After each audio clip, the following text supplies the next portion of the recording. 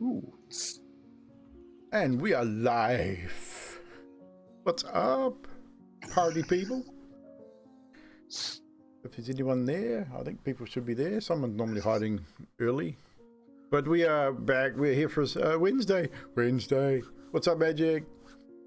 We have a full crew tonight. Look at that. We haven't had that for a while. Wow. But we have the full crew starting this evening for the first time for a long time, which is awesome. You just found Wally? Awesome. You're not here? Okay, move along. Nothing to see here. So, I feel like he's talking about Cam's shirt. oh, probably. Yes, I think he is too. absolutely. Just need the hat. Like, need to stripe your hat too, mate. This is part of a full Where's Wally costume. Wow. So we're going to jump right into it. We're running a little late, but not too much. But we're going to jump right into the recap. Why is that still up there? Concern. There you go away. Right. So we're going to jump into this recap. Stib will be back. I'll be back at some forwards, dealing with old people and TVs. Old people, TVs, cats, dogs. Yeah, kids, all the rest of it. So we'll go through our recap anyway. And I mean, I'm sure he was here at the end of the last session, so you probably hopefully remember what happened. Upon reaching the gates of Kresk, or the village you assume to be Kresk, you are met with suspicion and hostilities, it seems, initially, as the guards were very reluctant to let you in at all. Eventually, however, going and grabbing the burgomaster, the leader of their village, Dmitry Kreskov, who once again was not keen on allowing you into the village until you hear the voice of Irina basically telling them to stop being such a stick in the mud, and the gates are then opened, allowing you entry into the village of Kresk. Irina informs you of her premonitions of sorts that has led her to Kresk as well. Dmitry, however, still very curt and not overly happy to see any of you, continues to sort of be very standoffish, telling you must earn your keep while here, helping where you can, but he's pretty adamant that he doesn't want you here and for very long if you are to stay. But you are offered a cottage in the sort of northern reaches of the walled village. It's a small cottage, nothing fancy, single room, and you set yourselves up there. From there, Irina sort of again goes over what drew her here and the pool and everything else, and informs you that you really shouldn't probably go there before lunchtime the next day, as there is a curfew in Kresk, and after dark everyone is generally to remain indoors. Little bit of discussion going backwards and forwards about how far away the Abbey is and how long it took to get there. Adok believing 10 minutes, easy jaunt. The rest of you, however, realizing it would take at least an hour minimum to climb the winding goat path leading to the abbey that overlooks the village. Karnos heads out and helps an old lady chop some firewood, and returns. Eventually, you all return back to the house where you're staying. Fibble casts his massive feast in the small house, covering almost all of you in food and table and what have you, and upsetting Karnos, who had cooked a beautiful meal with the meat and that had been laid out for you in this house as well. Eventually dispelling it, so you're at least able to sleep. Nothing happens during the course of the evening. The next day you awaken, you prepare yourselves, and eventually you head out to this little pool in the northern part of the village of Kresk. As you approach the water, Karnos leading the way, then Irina joining. Hand in hand, you look into the pool and you see the face of a young man. And you stroke his hair gently. Sorry, I had to. I really had to. You notice the young man's face in the pool. He then seems to speak to Irina, or someone he calls Tatiana. In that moment, Irina gasps and in recognition speaks back to the entity in the water, reaching a hand forward as a hand raises from the water as well. Some of you very wary of this, attempting to potentially stop it, ad hoc casting a dispel magic that's had little effect. Zadriel stopping Karnos from intervening also. Slip of the tongue there. Get into characters' names. But the hands meet and touch, and Irina is pulled into the pool. Unpanicked, however, as she turns and faces back towards you guys, both faces sort of looking up at you. The words "thank you" are heard, and they both disappear into the pool. However, as the two figures slowly disappear, a thunderclap rings out, the sky darkens, and the face of Strahd is formed in the clouds as lightning starts to strike, striking the tower of the village, striking the ground near you guys, and then eventually striking the pool in a massive arc of electricity and energy arcing out from the pool's surface. You are all struck. Some of you taking more damage than others, some of you being knocked prone. Those of you in metal armor find it a little bit more difficult as the energy surges through your armor. You then realize, or Karnos realizes almost immediately, that the sun sword is no longer lit in its radiant energy and is sporting a large fracture across its blade. Almost within minutes of this happening, the air and sky return back to a more calm, still overcast nature, as some of the villagers and the Burgermeister now approach angrily. The Burgermeister expels you from the village, telling you to leave. Initially, you were going to go to the Abbey first and then make your leave, but a little backwards and forwards between the group and the villagers.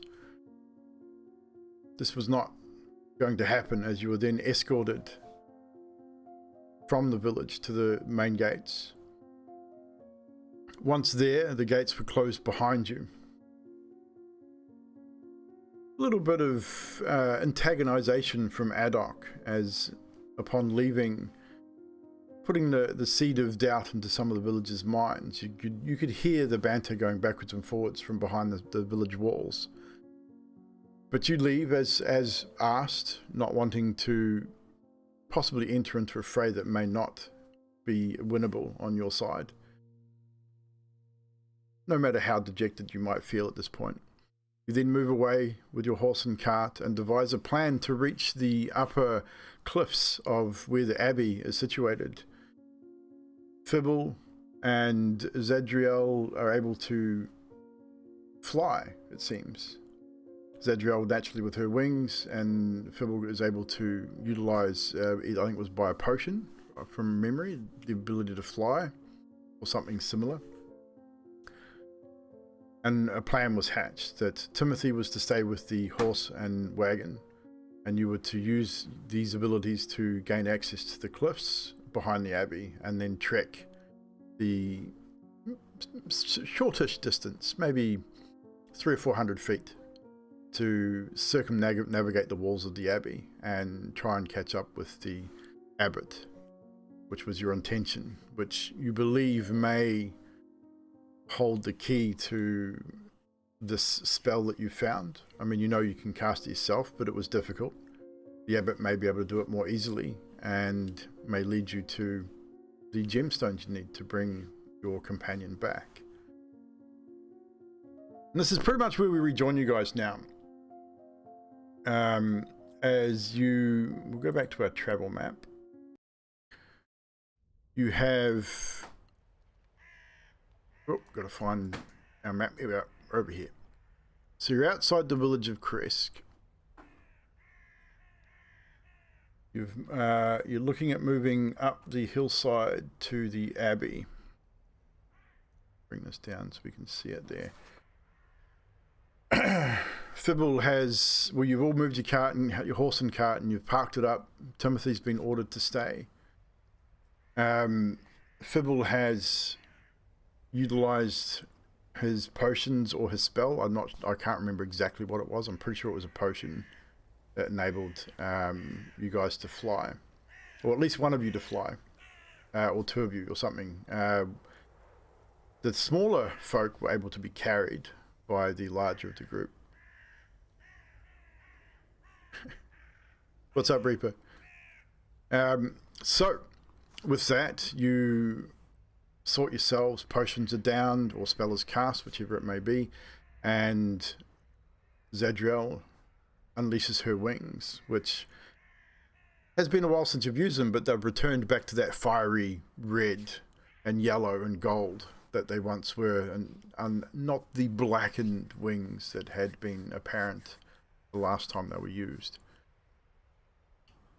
You float your way to the top of this cliff, and you manage to make it to the top before any of these spells run out, or any of these gifts sort of run dry.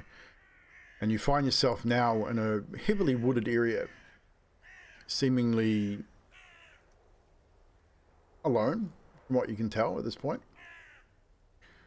But you are now, I think we can take you to that. I can actually show you where you are. Zoom in a little bit here so the stream can see. So you find yourself in this sort of heavily wooded area. Fibble, just before we move forward, was it a potion or a spell that was you able to have certain people fly? I think it was a potion, wasn't it? Yeah, it was potions. Cool. Gives us 10 minutes of flight, if I remember right. Yeah, I know it was only a short time. It definitely gave you enough time to get up the cliff face. I remember that. So pretty much this is where you've landed. Timothy and the wagon are at the base of the cliff. As instructed, Timothy's going to wait and stand with that. And you have all made your way to the top of this cliff face and are now sort of in a bit of a wooded area. Let's bring this out a little bit so the stream can sort of see where we are here. It's foggy. The fog's kind of thicker in the trees here. There's vegetation's pretty well there, although the trees look like they are greyish green as opposed to a brilliant green like they should be. The grass as well, any bushes, a few dead trees and stumps sort of scatter this area. I need you all to make a perception check, please.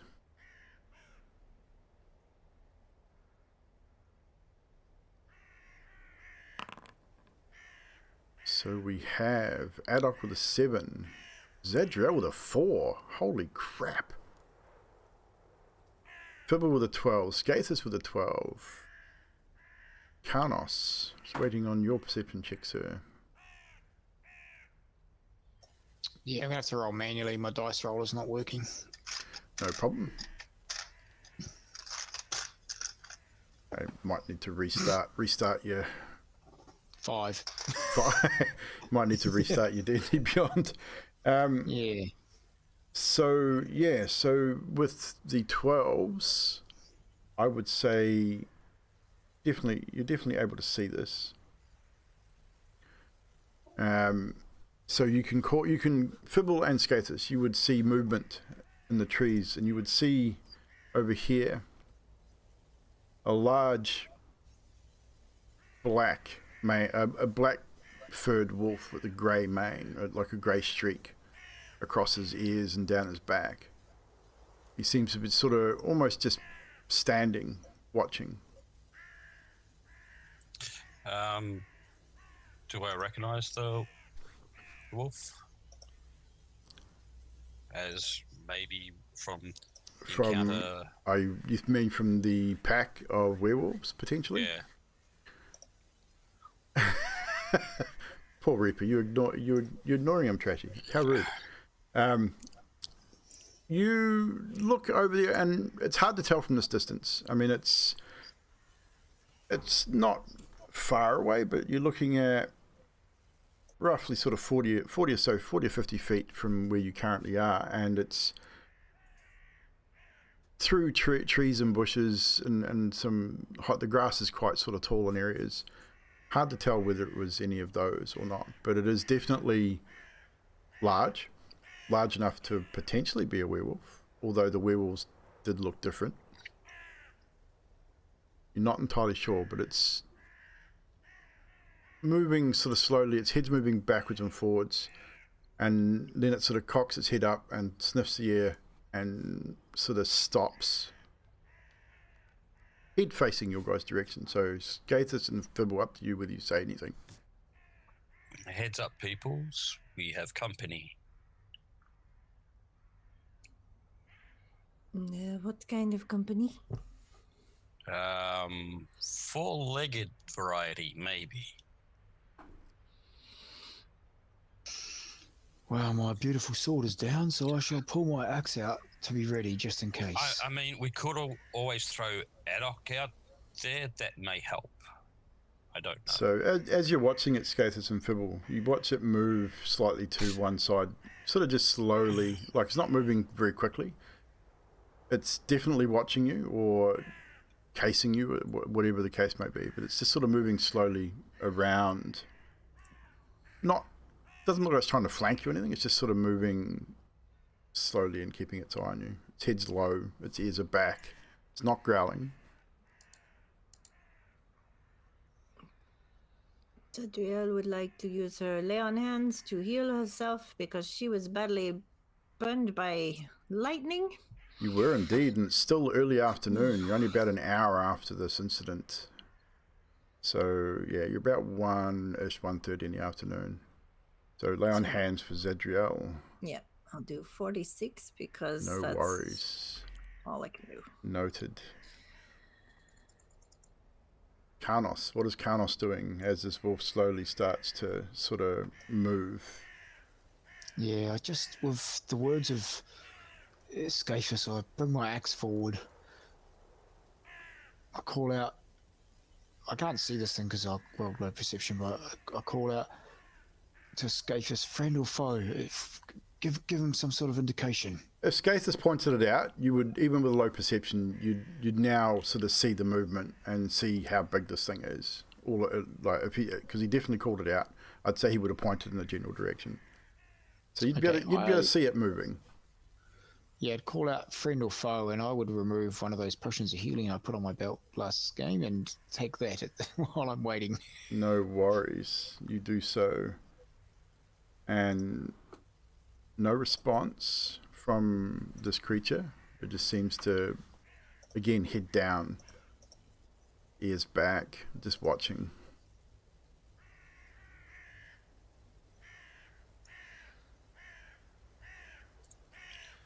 Alright guys, what do 7 we want to healing.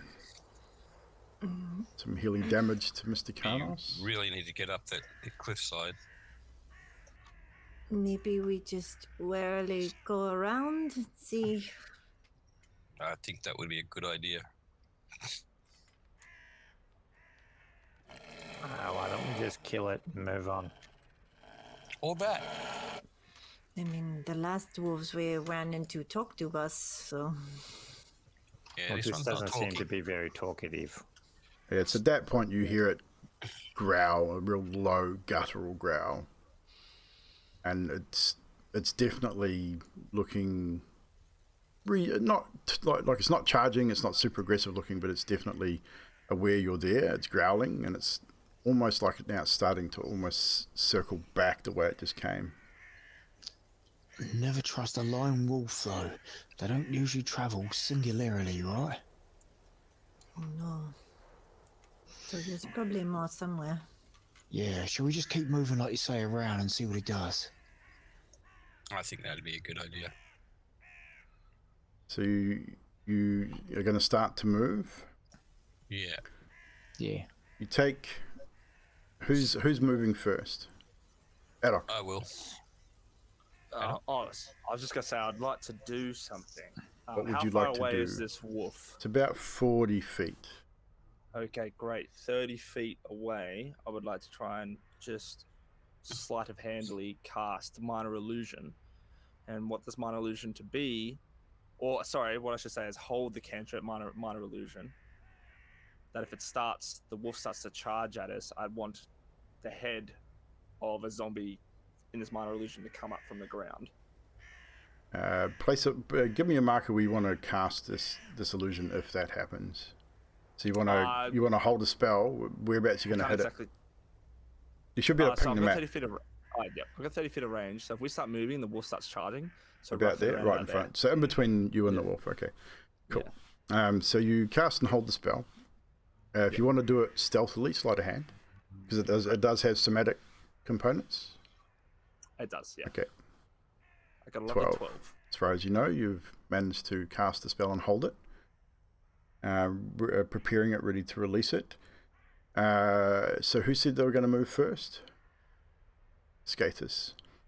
You step forward, and as you do so, this wolf doesn't move, doesn't growl, but you see it sort of almost pull itself back on itself. Its front legs pulling back towards its back hind legs, and it starts to stand on its hind legs. And as it does so, you can see the form melt. The grey mane of hair that's crossed down the back of its head and neck drops and forms a long cape. The form shifts and slims out and stands tall. And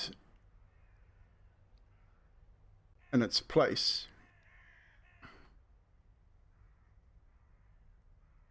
you now see your enemy standing alone in the trees. Though his face is not as kind and noble as he normally is when he has presented himself to you in the past, his face is twisted. His brow is furrowed. His eyes are blazing red. He looks at all of you and then draws a sword. Says nothing. And I'll get everyone to roll initiative in just a moment.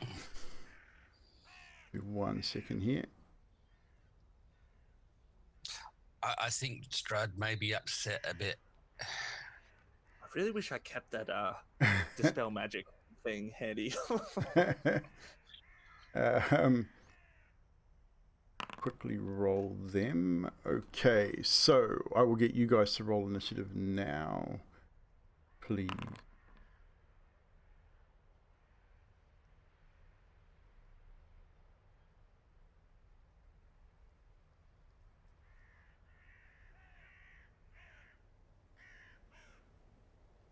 Let's see what we got here. We got Adok with a 19. Ooh, we've got some good rolls. I know, here. right, Drax? It look to me? It looks like I'm in there twice, but I got the 19.11. It does look like you're in there twice, isn't it? Yeah, it's weird.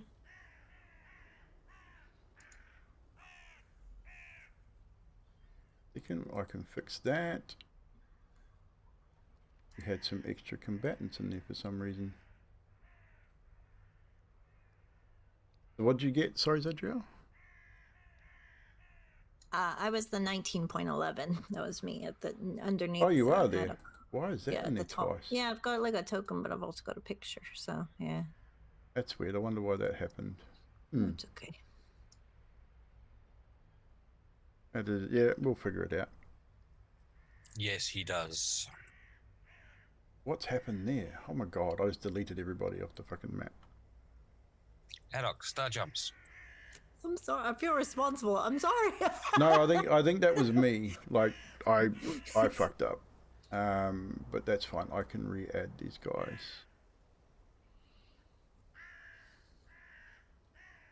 Yeah, I don't know what happened there, but I screwed up.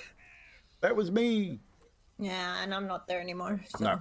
No, I deleted everybody by accident, so I'm going to have to redo okay. it. That's all right. I'll figure it out. I will figure it out. Technological difficulties. What the hell is going Adok on? must be excited. He can't stand still. I'll RP. Skathus, Yeah, are you you guys alright RP to for a fight second. with your one arm? I'll be fine. I really wish the sun sword was active about now. Any ideas on how to fix that? Oh, maybe you could Wrathful Smite and put some radiant damage on it. Yeah, that's a good question, DM. Am I able to use the sword still? You do know that it's got a fractured blade, so Yeah, I'd say so I you would doubt. you would understand that it may still be serviceable, it may be reduced damage, or it may break completely. I think I'll stick with the axe I pulled out. No worries. Adok Yeah, has advantage. advantage. See that, Adok? You received an advantage in the thing there. So we got Dankeschön. 1, 2, 3, 4, 5. We've got everyone's initiative there. I'll re-roll the monsters or monster. How do you clip? I've forgotten how. Exclamation point clip, Ah, or you can 'cause- go into the thing.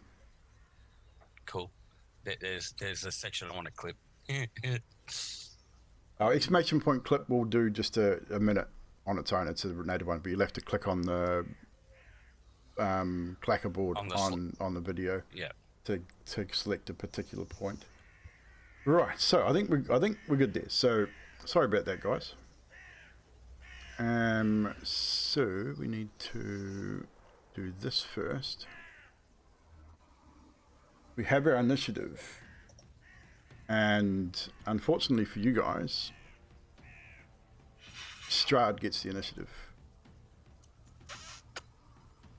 He, sword drawn, looks over at you guys. You can see his eyes burning with hatred, and he then, what is he gonna do?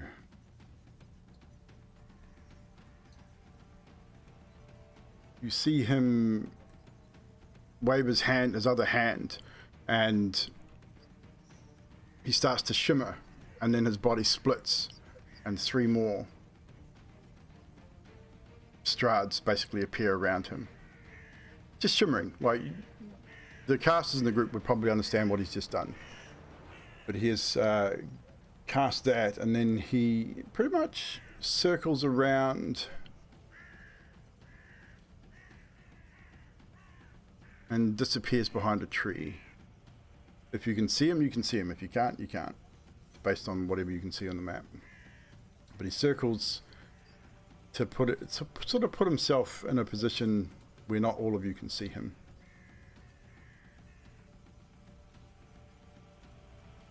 Next up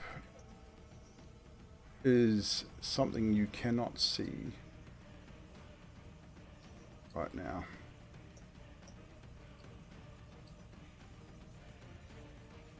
Adok, it is now your turn with Zadriel on board.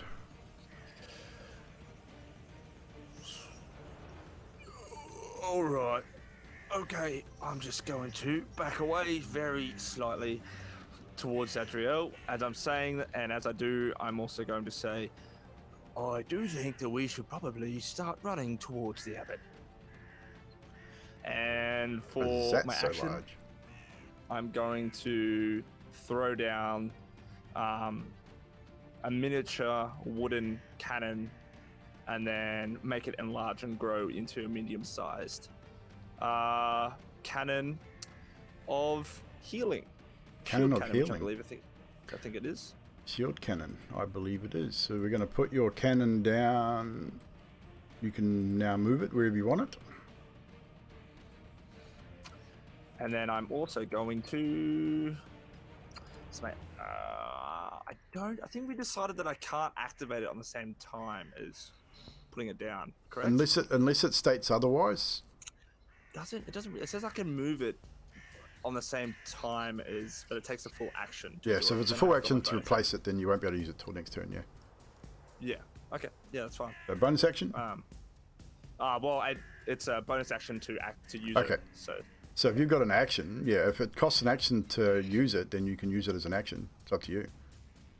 If it's a bonus action to cast it, Yep, sweet. Then, yeah, I will activate the shield cannon as well to give us some temp HP. okay, so who gets the temp HP? It's everyone within a 10-foot radius. That will be everybody, I believe. Yeah, well, that'll be everyone. So it is. So it's 2d8 plus my intelligence modifier. So a total of 11 temp hit points. No worries. So 11 temp hit points for everybody. Is that your turn? That is my turn.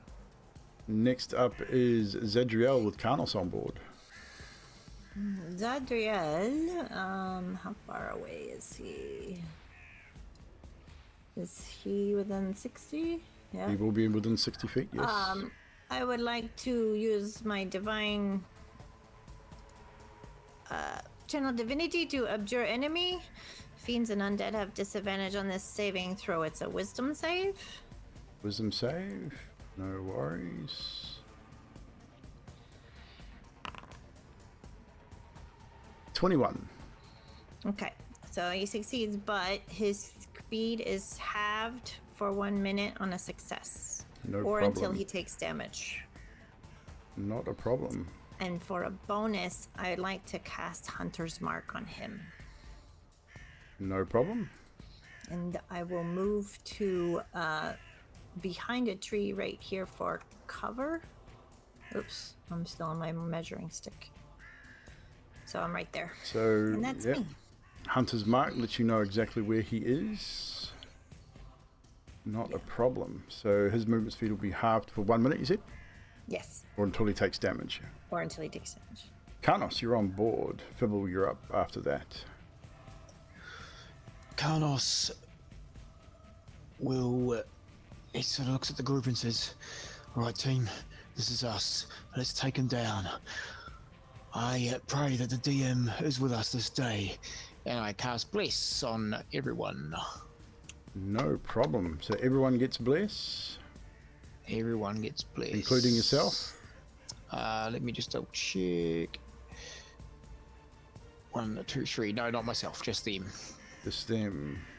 No worries. So mark yourselves with bless. And remember, you have a D4 for your saves and attacks.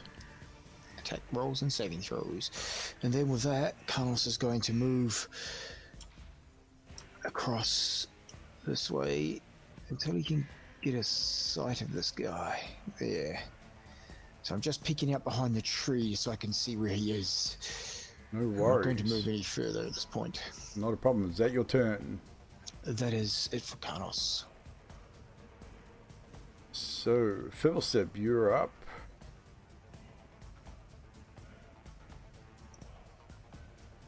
Okay, where the hell is he? He's over there. He is indeed. Now, is he wearing metal? Roll a perception check for me.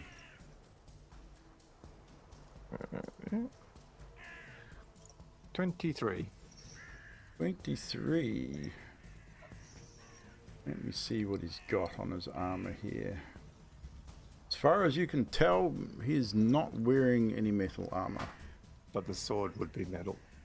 It would, the blade of the sword is metal, yes. Yeah, alright, cool. So the blade of his sword is now starting to get hot. Okay. Cool. And he takes... If it's just the blade, he won't take any damage.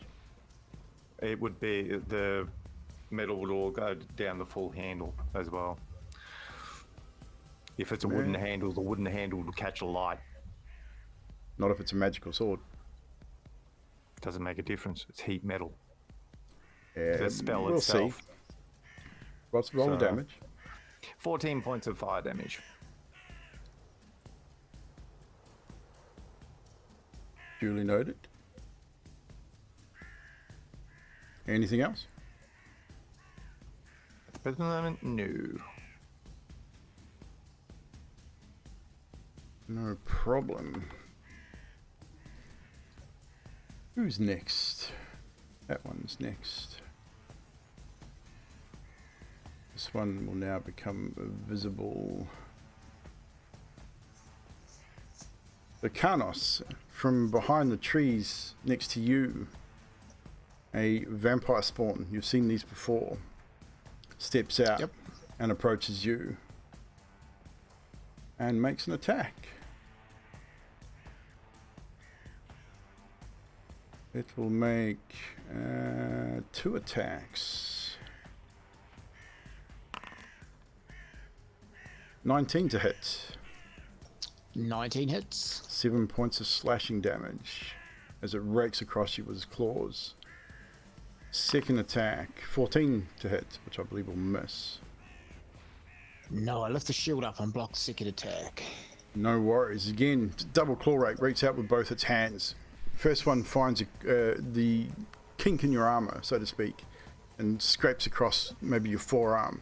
Second, you manage to get your shield up and block its attack. Now, let's see. Another creature appear and move forward. This will definitely be something you would recognize as one of the larger werewolf creatures that you'd seen a couple of nights ago, and it surges forward to about there. Next up is this one here. Another creature moves through the trees to about there. You can hear the snarling and growling from the wolves. You can hear the gnashing of teeth from the vampire spawn. Another creature appears, crashing through the brush and trees. Skathis, it's now your turn. First we do that. Okay, so I'm going to target this guy here, and move myself. Hang on, where am I going? Yeah, Okay, so you're targeting that werewolf. Awesome. yeah, moving there. So that should be 10 foot. Yes. It's awesome. about 10 feet, yes. What are you doing? I am using fangs of the fire snake. Okay. So when you use an attack action, on your turn, you can spend 1 key point to increase your You reach. need to by 10 attack foot. first. Yes. So what are you going to do for the attack? Just a spear or a punch, a kick? Single punch. Okay. The single punch, or double punch, you got an attack action, so you got 2 attacks in the action. Yeah. So Spend your key points, and you now can reach it from 10 feet away. That.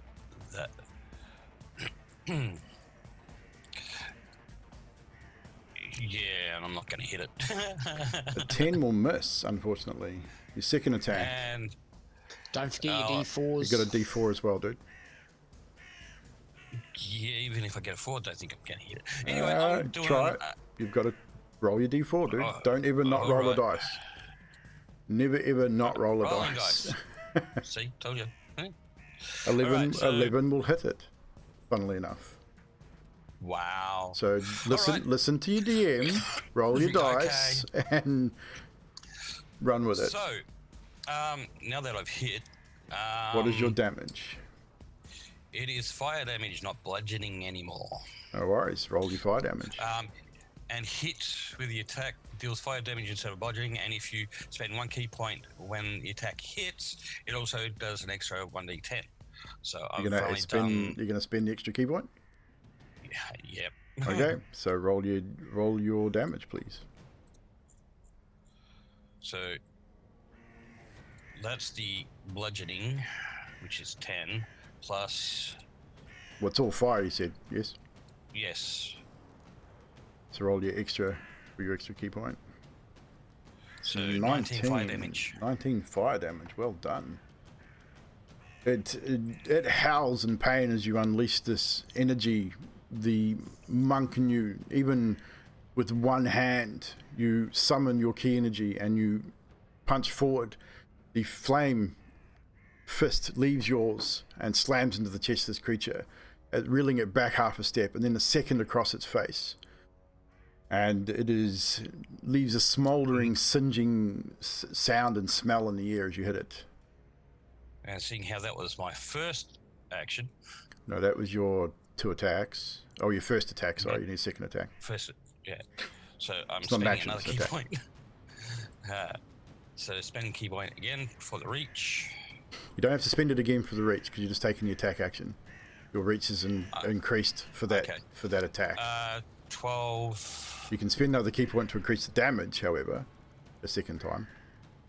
So with the bless, I can do that each time I attack?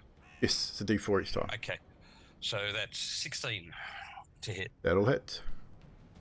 So if you want to spend the extra key point to do the extra damage on this turn as well, you can on this attack. Yeah, I'll do that. Okay. So roll your damage. So that's 11. 11 points of fire damage. damage. The creature is not looking good. It is smoldering. It is growling. The spittle, as it hits the areas where it's smoldering around its face where you struck it, starts to steam and hiss with the heat generated from it. And that's my turn. That's your turn. Scathus, it is your turn. We have now another one of these creatures going to come to about there.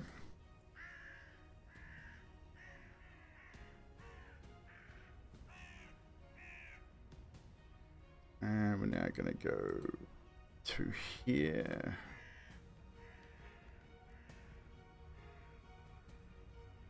This creature is going to dash through around here into you, Scathus.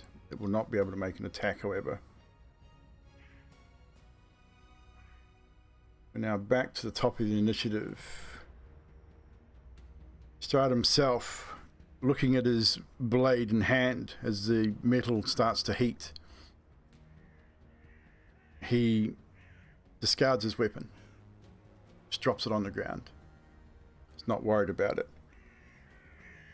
He then moves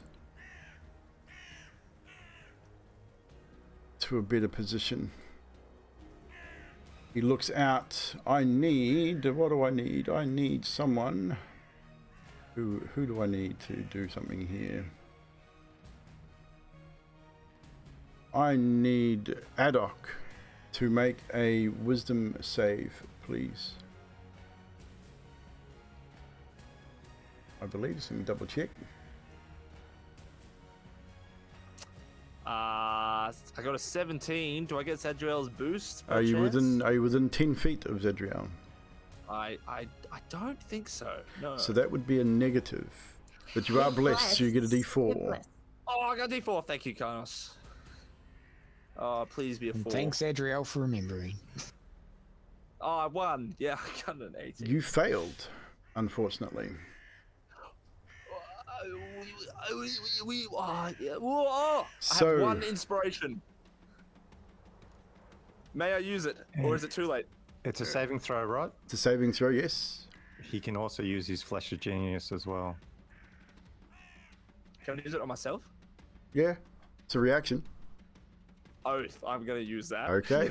Flash of Genius. And I mean, I did say it was already a fail, but I'll allow it. Just one time. No. It's up to I'll allow it just once. Okay, in future, though, if you don't remember your own abilities, then we're not going to allow them. Very fair. Very fair. 7. 7. So you're good. You're good. You feel the pressure on your mind, and it's a strong feeling. You've felt this something similar before, and it is not pleasant. but you manage to shake it off. Then, how much did he move? He's only half movement at the moment. He can move another. He's going to scoot around to about here at this point. He does have. Nope, that's what that's all he's going to do for the time being. Next up is another creature appears and moves into you, Adok. Saints magic. Magic's just given some advantages to players. See that? Trash, Orbasm, we've got Roast and Stib, all advantages there in the chat. So make sure you mark those down, guys. And Yanti as well. So everyone has got an advantage from the chat from Magic. Thank you, Magic. So, Adok, you are set upon by a vampire creature. First one misses with an 8, then attacks, tries to bite you with a 15. Does that hit? It does just hit. AC's 15. So you will take 5 piercing damage and 8 necrotic damage as this creature bites into your upper shoulder. And your hit point maximum is reduced by 8 also. I've got 11. Sorry, I've got 11 temps. So does that? That comes off the temp. temp. The whole lot's reduced. So you'll lose your temp, which is 11, Yep. and you'll take a further 2 on your regular hit points. And then But your do I still lose maximum, it's a maximum hit point, so it's off your maximum hit. So 8? That's cool. Okay, so I still lose 8. Yep. So you lose your 11, then you lose 8 maximum on top of that. Too easy. Awesome. No dramas. So that is that creature's turn. Adok, is now your turn. Zadriel on board. Okay, I'll fix up my max HP. All right. What I will do is I will use Nimble Escape to disengage. Okay. From where I am. I will step to the side, step further to the side, run up to Karnal. So what I'm going to do is I'm going to whip out my last droplets of holy oil from a flask. And Yep. I'm going to pour it straight on Karnos. And I'm going to reach out and touch him Nice. and cast Protection from Good and Evil. Okay, just for the chat's sake, what does Protection from Good and Evil do for Karnos? So I will read it out. The protection grants several benefits. Creatures of certain types, which are aberrations, celestials, elementals, fae, fiends, and undead, have disadvantage on the Attacks against them? defendant.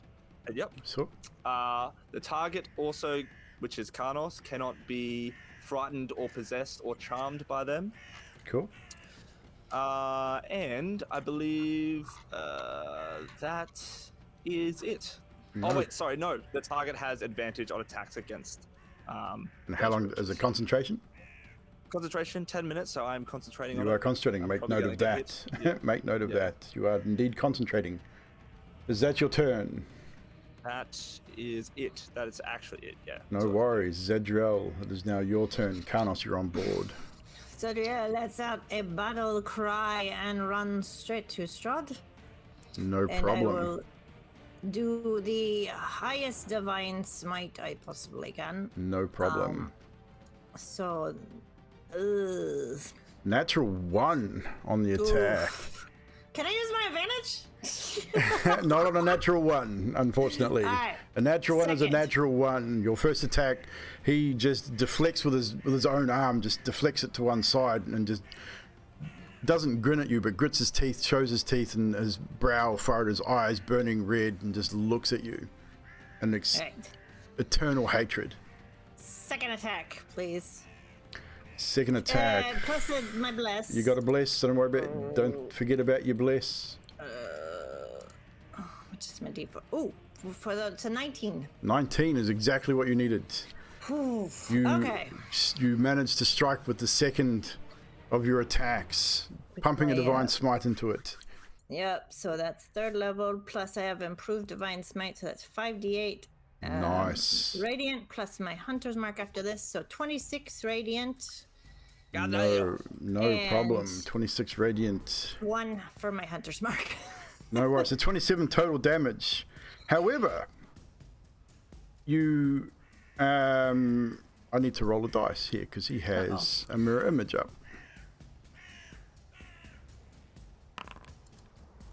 However, you strike one of the images as it's shifting in front of you, destroying it. You can still see this image, these two other images shifting around him. So unfortunately the damage is lost on this spell. All right.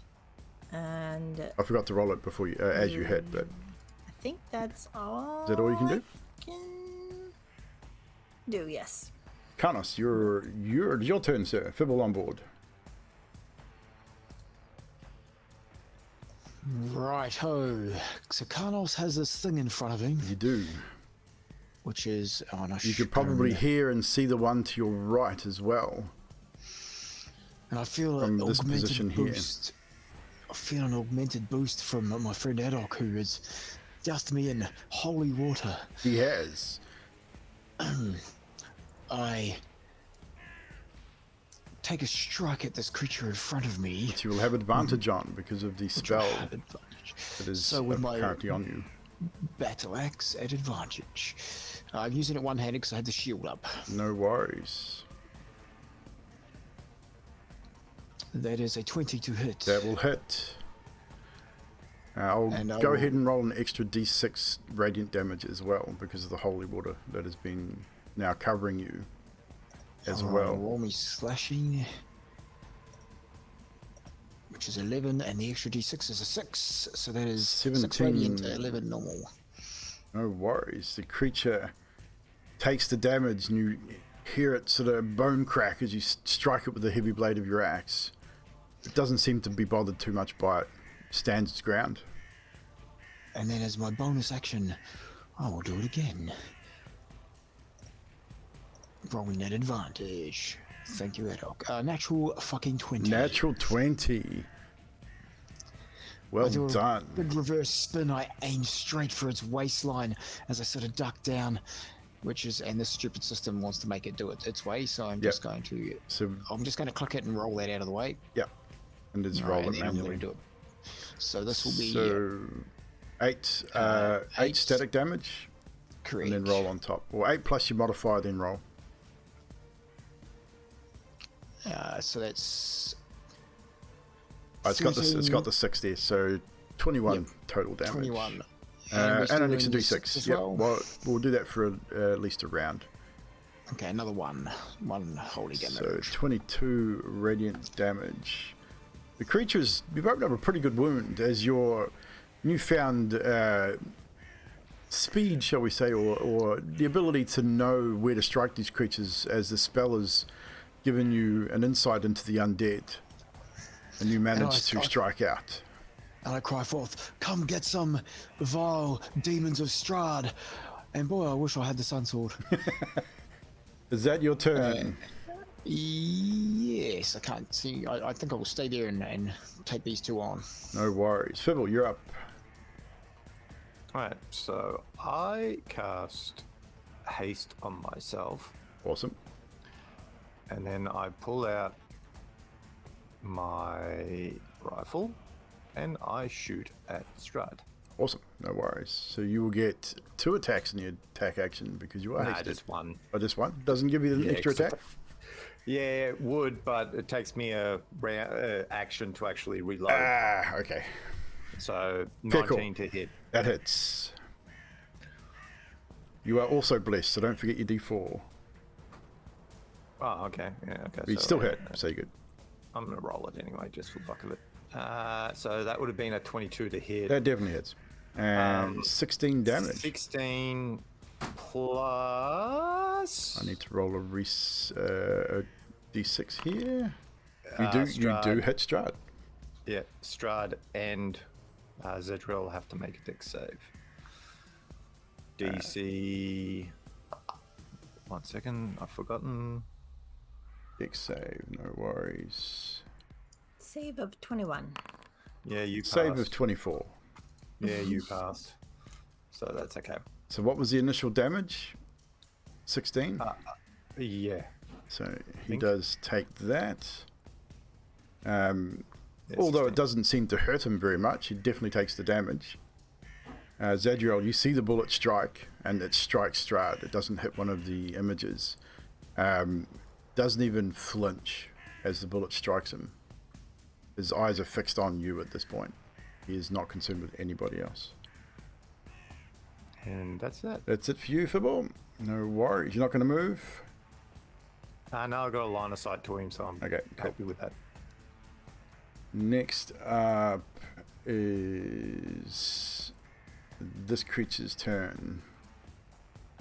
It's going to slash out at you, Karnos. And we're going to target you here. It's going to firstly At disadvantage. at disadvantage with its claws.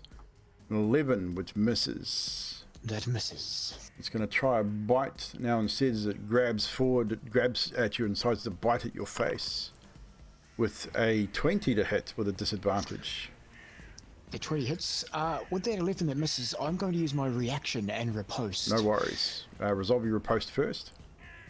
Yes, please. Riposting now. As I swing around, aiming same again for its waist with a 26. That will hit. And that is Extra 11 d6 damage as well, please. With an extra 1 radiant damage. No worries. This creature is looking a little bloodied. But But it also hit me now. it also hits you as it bites down into just almost like your chin and cheek area. So it reaches forward. 9 piercing damage. It also does 11 necrotic damage. As the necrotic energy surges through your body, your maximum hit point will also be reduced by 11. Okay, and maximum to 11. I will also roll for... Concentration on Bless as well. Correct. DC 10, I believe that will be. Actually, double check. It will be, It will be DC 10, yeah. 10 or the highest, which shows 11 Yeah, at roll. so DC 10.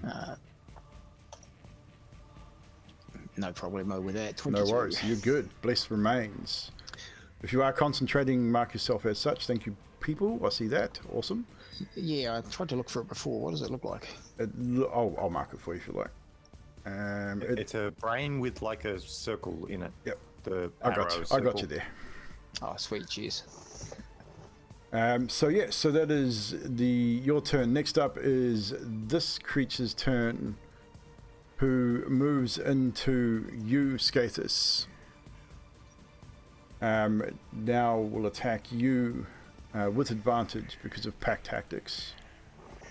It is going to attack you twice with its firstly with its claws. 15 to hit. Does that hit you, Skathis? No. Nope. Skathis manages to dodge the attack. Its second attack with a 19 to hit.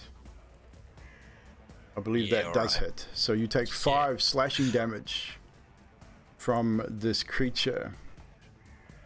Let me see. Oh, you've avoided that, so you're good at this point. That's turn as it rakes across your body, missing the first but catching you with a second. Probably catches on your arm that's with the missing hand, as you sort of just aren't used to it being there, and you go to defend yourself and it hurts. Next up is this creature moving into you, Adok. It will attack you. 2 attacks. 14 to hit. The first one misses. Misses the second. 25 to hit. Yes, Yeah, that's 11 unfortunate. points of Yeah. slashing damage as it rakes its claws across your upper shoulder. You do not get a reduction in mate's HP, but that is you. That's that one Con done. save roll. Good with 21 for the Yep, con save. you're good. Your concentration maintains. This creature here moves into you, Zadriel. snarling and growling and drooling as it charges forward and attacks you. Do do do do do do. It is going to claw you first.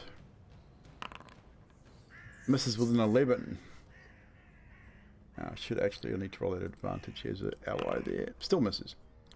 Second, he'll try and bite you, however. With a 19 to hit. That hits. You will take 3 piercing damage, and you'll need to make a Constitution save, please. Okay. Con save 23. You are good. The bite is painful. Not as painful as you might have thought, but almost like a glancing blow, partially catching armor and just catches flesh with teeth. The pain is intense, however, but you don't take a whole lot of damage. Skater, this is now your turn. So yeah, I'm going to attack the same one. I was going to do something different, but I changed my mind. Okay, just No normal worries. attack. Normal attack. Spinning roundhouses. Kicks this time. 10 will with miss. You got your D4. Yeah, Add your D4. Yeah. Ooh. 13, that'll hit. As you Yay. spin, raising your heel high, catching it in the jaw. Ooh, 11 damage. 11 damage, well done. It clocks this thing across the jaw, and it sort of moves and turns back to you and growls, the drool clinging to its teeth and jowls. Your second attack. 14 to hit. Even without the D4, you'll definitely hit. 7 bludgeoning damage.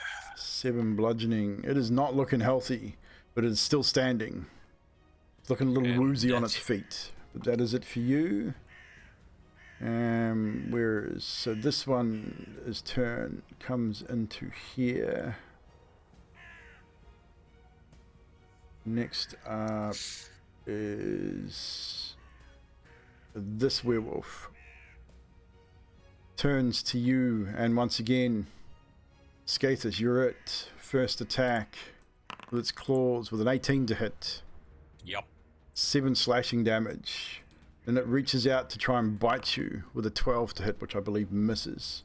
Misses. Managed to evade that bite. You see it coming and just pull your head and body back slightly, and the jaws crunch down right in front of you. Hot breath on your face. Next up is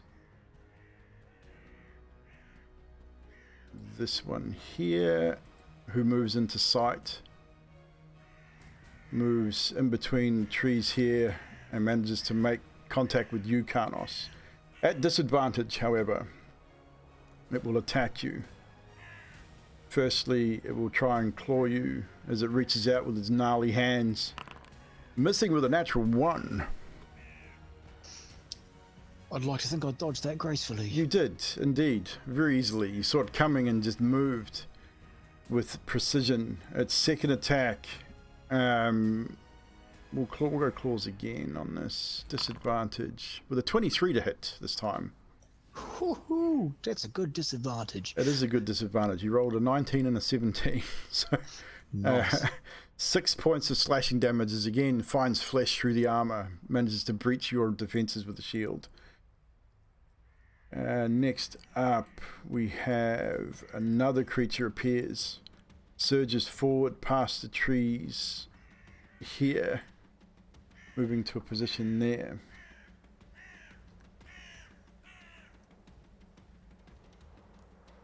Got another werewolf appears and moves forward into position. This guy now moves. Oh, move with your movement marker thingy. Moves to there.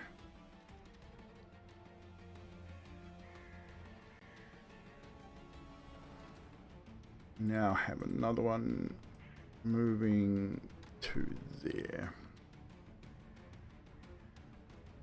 Fibble, it is now your turn.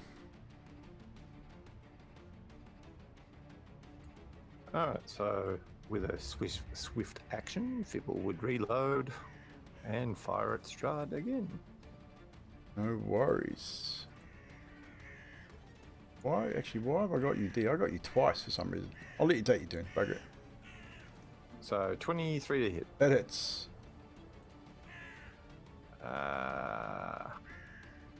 6 points of piercing and another deck save. No worries. Give me a second here. You strike one of the images, so the deck save will be not necessary, because any extra damage will be on the image. Nah, it's a 5-foot explosion. Oh, it's a 5-point explosion? No worries. Yeah. So that's why. Okay, I'll roll another Strahd d6 and here. Zadriel and probably that werewolf as well will have to make the. It will indeed. So- It's within 5 feet. I forgot about your little explosive bullets. Mm-hmm. The werewolf will fail. Strahd, a however, will DC succeed. of 15. Yeah, it got an 8. Definitely failed. Yeah, definitely failed. Strahd succeeds, however. So how much damage on the werewolf with the explosion? Takes a whole 1 point of fire damage. Hey, any damage is good damage.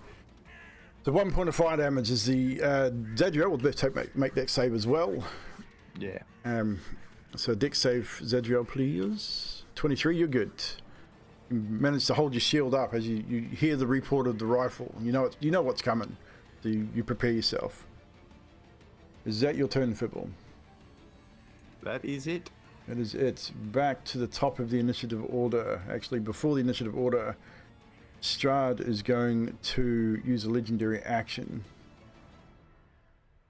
And he is going to... He is going to bite out at you, Zadriel. He's going to reach forward and try and bite into your face. When I find his bite, there it is. A natural 20 for 30 to hit. Bite away. So you will take 17 points of piercing damage and 32 points of necrotic damage, which I believe you are resistant to. Yes. So take half of that, so it'll be 16 points of necrotic. But your maximum hit point, hang on, let me double check this. Yes, your maximum hit points will also be reduced by 16. Okay. And you watch as the bullet hole that Strahd has recently received closes before your eyes.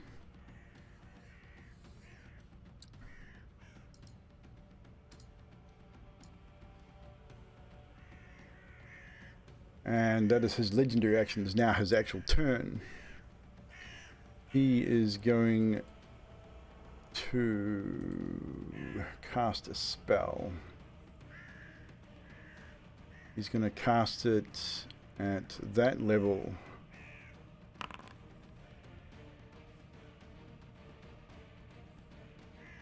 And he is going... God's sake. But my template went away.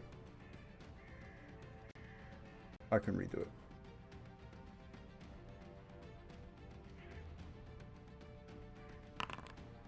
He is going to cast Fireball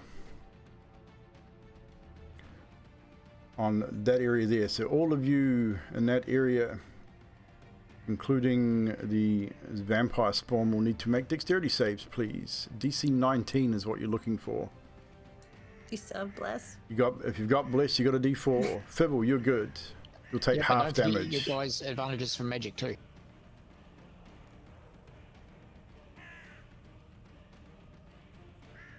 And you've got your advantages from magic. So Karnos, you got a failure. Adok, you got a failure. Yeah. I would like to use my one inspiration that I've got to add No. a D10. And I'm going to use advantage from No JJ worries. that I had Skaith from is the also a previous game. failure. And that was your D4. So Skaith, what was yours? You still failed. And I'll use inspiration? Yeah, inspiration. Have you got an inspiration? You've got an inspiration, use I it. So do. Karnos, you still fail, however. So you'll take full damage. It was worth a That's go. a D10 in it. Inspiration is a D10 if you have one, yes. So, Scathus. Right, so your con save will be good too, Fibble. So if you failed, you will take 38 fire damage. If you succeeded, you'll take half of that. Scathus, you'll take half anyway because you're resistant. And if you succeeded, you'll take half of half. So 19's half. If you are, you'll then that'll be 9. Hang on. 9. Yep. Hang on. Yeah. Has to be all the way down to the bottom, doesn't it? Yes. But I managed to keep my concentration. You got your concentration? Awesome. So mark your damage and your concentrations checks if you need them. Adok, I need a concentration save from you as well, please. You're good. So the concentrations remained. You're good. How much total fire damage was the fireball? 38. Okay. So if you took half, you're good anyway. And even if you didn't take half of 38 is 19. So you're good with your save. Oh no, I'm calculating for the cannon. Okay. Oh, cannon. True. I forgot about the cannon. Does the cannon have to make a save or just takes the damage? No, it does have to make a save. Okay. Did it fail or succeed? Failed. Okay. Yeah, failed. Cool. No 17. worries. So is it still up? Yeah. Cool. So with that is Strahd does that as a bonus action. I think he will do nothing. No, he will do nothing at this point. So that is Strahd's turn. Next up is this creature who is going to move into Fiddlestep and attack you. 1 claw attack. 23 to hit. 10 slashing damage. Second claw attack. 22 to hit. And 10 slashing damage. So total of 20 slashing damage, Fibble. That is its turn. Adok, it is now your turn. Sadriel on board. Great.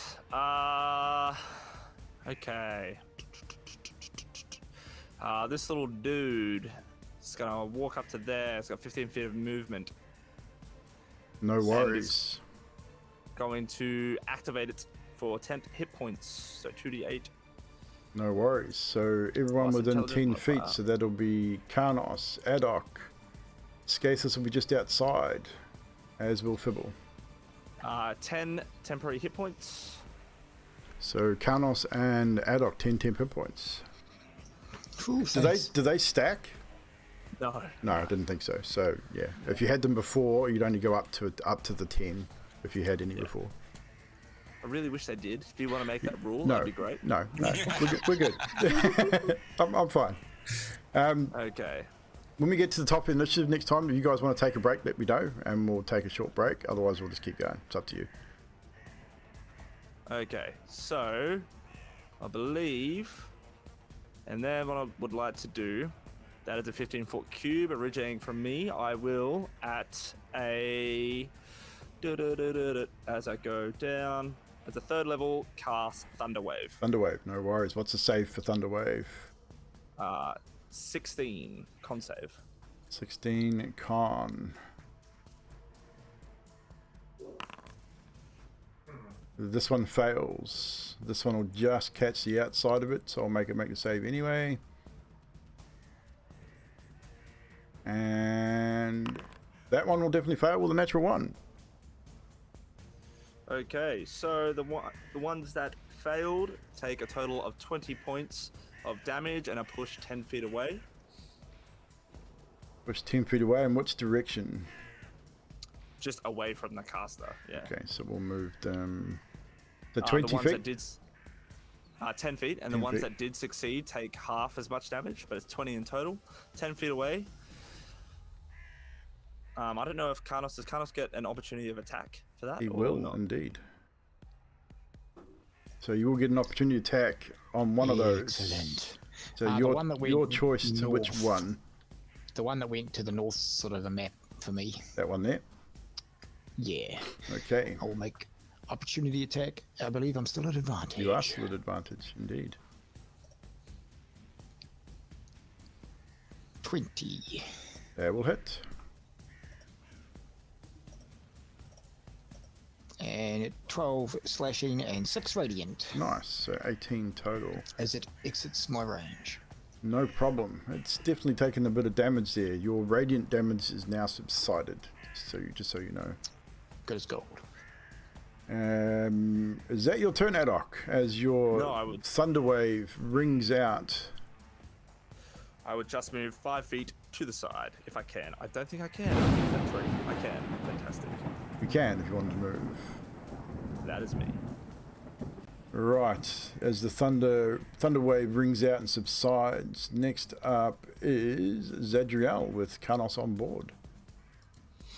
Zadriel would like to put a little story spin on this, but it's at your discretion if I could. I'd like Go for to drop the Hunter's Mark and cast Spirit Shroud as I call forth and say, Mirabelle, Emilia, please help me, where spirits are going to flit around me.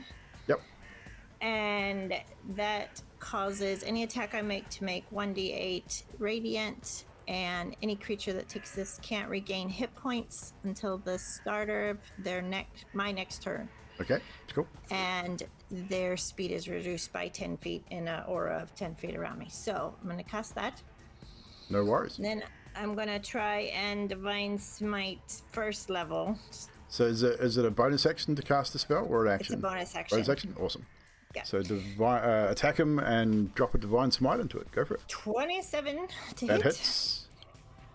Well, So- that definitely hits. We'll see if it hits his... He's still got one image up. 17 It hits his regular image. damage. And, let's see, 1, 2, maybe 3d8 because it improved. And Yeah. 11 radiant.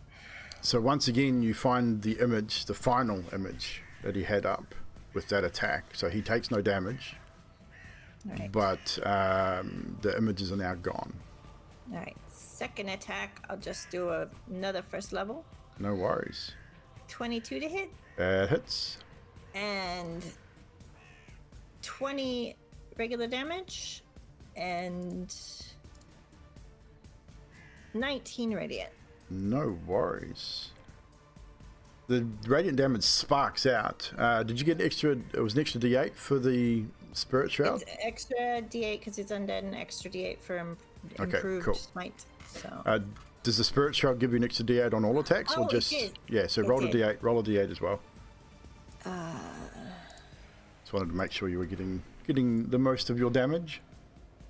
2. Another 2. Hey, every little bit counts. Yeah, right. He takes the damage. You see the radiant energy arcs across his face and scorches up his neck. He still doesn't seem overly concerned, but it definitely leaves a mark on him. You can visibly see damage on his body. And he cannot regain hit points until the start of your next turn. Yeah. Awesome. He will, at this point, use a legendary action, however. He is going to attempt to bite out at you again, Zadriel. Yep. And he will target you first, otherwise it won't work.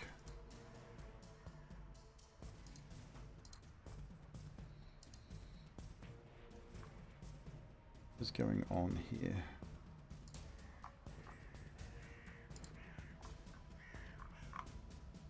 Oh, maybe you can't do that yet. You can't use that one. Sorry.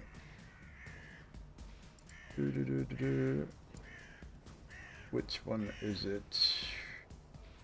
He's going to move instead.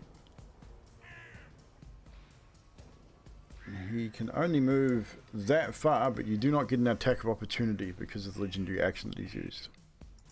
Okay. But that is his turn there. Karnos, is now your turn. Fibble, you're on board.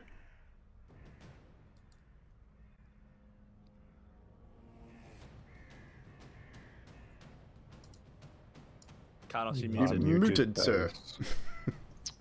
Damn it, I hate when I do that. Carlos, feeling awesome from Adok's extreme blowing away of these vampire spawn. He's going to move around the vampire spawn that's near him. If I can remember how to about face myself, which I can't. Control mouse wheel to turn your token. Ah, there it is, yeah. Going to move into a more strategic position, I feel. No problem. Oh, it's probably not strategic. That'll do. And as he moves around, he is going to take in a deep breath. Bring all his divine energy he can and use second wind, so he gets 1d10 plus 8 hit points back. No worries. Rolling that's a bonus action. Some healing So, damage. So A you total get of 10. Awesome. I just about clicked damage because he said healing damage. And as his action,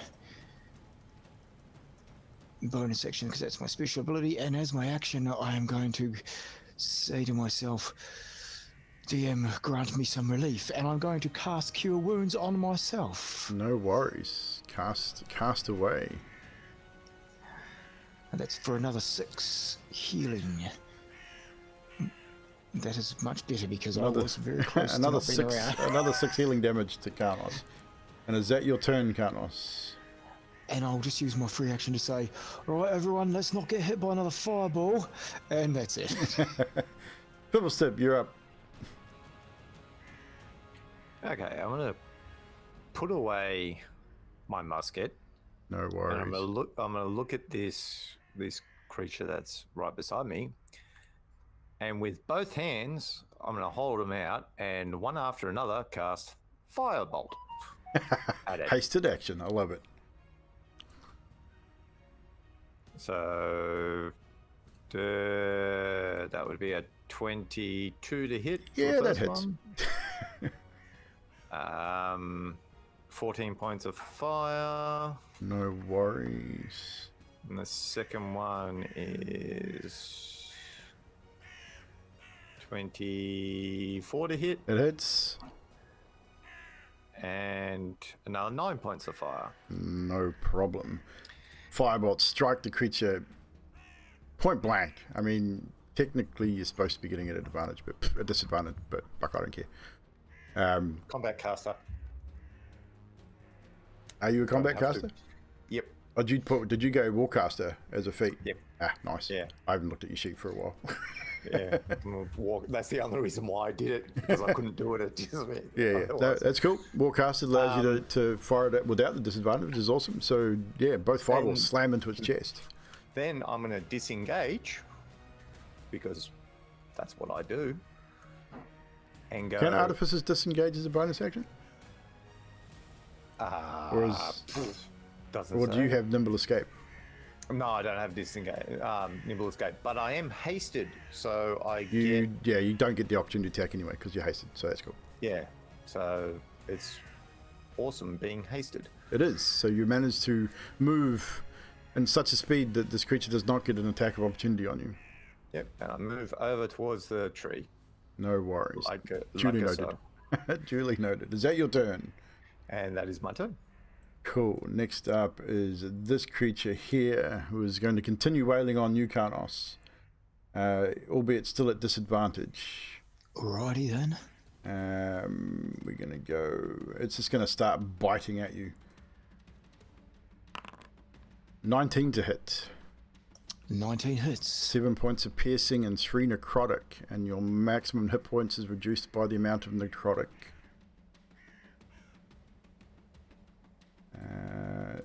That one will be 25 to hit. And 5 points of slashing damage this time, without the necrotic. Just checking, DM. That's still with Okie disadvantage. dokie. Yeah. Oh, fuck. It was a good roll. Again, I've rolled some pretty high rolls. 19 and a 17 before. And yeah, this time 19 and a 19 together. You're doing well. Please don't keep it up. Sorry, guys. As Carlos takes his bites, he says, "That's it. You're fucked next round," and he gets ready to drop his shield. No worries. Next up is this creature's turn. Scathus, at you once again. to 2 claw attacks at advantage. 18 to hit. Yup. 5 points of slashing damage. 23 to hit. Nah, that's miss. And again, 8 points of slashing damage as this wolf just rakes across your body. Next up, this creature here moves into you, Adok, and makes its attacks at you. First with its claws. 19 to hit. Reaction, shield. So that will bring your AC up above 19, I believe. It does, 20. So the next attack will be a 20 to hit. God damn With it. 8 piercing damage and 6 necrotic damage. So How once much again, damage? 8 piercing, and then Yep. 6 necrotic, and your maximum hit point is reduced by 6. Okay.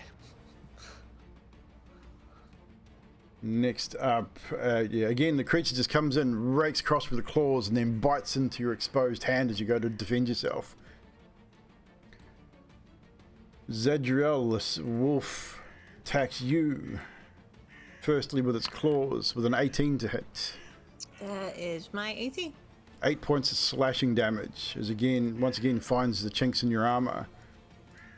Goes in for a bite, attempting to bite at your shield arm. With a 16 to hit, so it'll miss. Finds nothing but the steel armor of your shield. Next up, Skathis, it is your turn.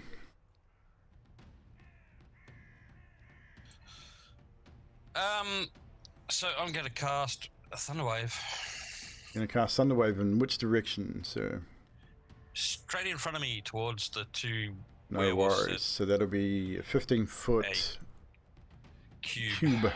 I know that. Yep, cool. So you can cast that. The con save, what's the DC on your con save? 13. 13. As your thunder wave cracks out.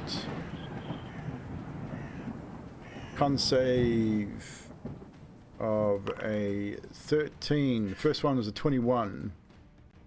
Boo. The second one is a 9. So one succeeds, one fails. So this one failed, this one succeeded.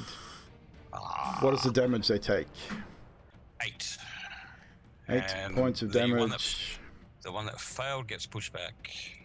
The one that didn't succeed is he's not looking good, but he still manages to hold up, and this one gets pushed back 10 feet.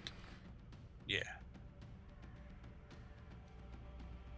Boom, just like that. Anything else? That's it. Because that's your entire action. No worries. That's Skathis' turn. Oh, hang on. I've got bonus action. What's your Forgot bonus about action?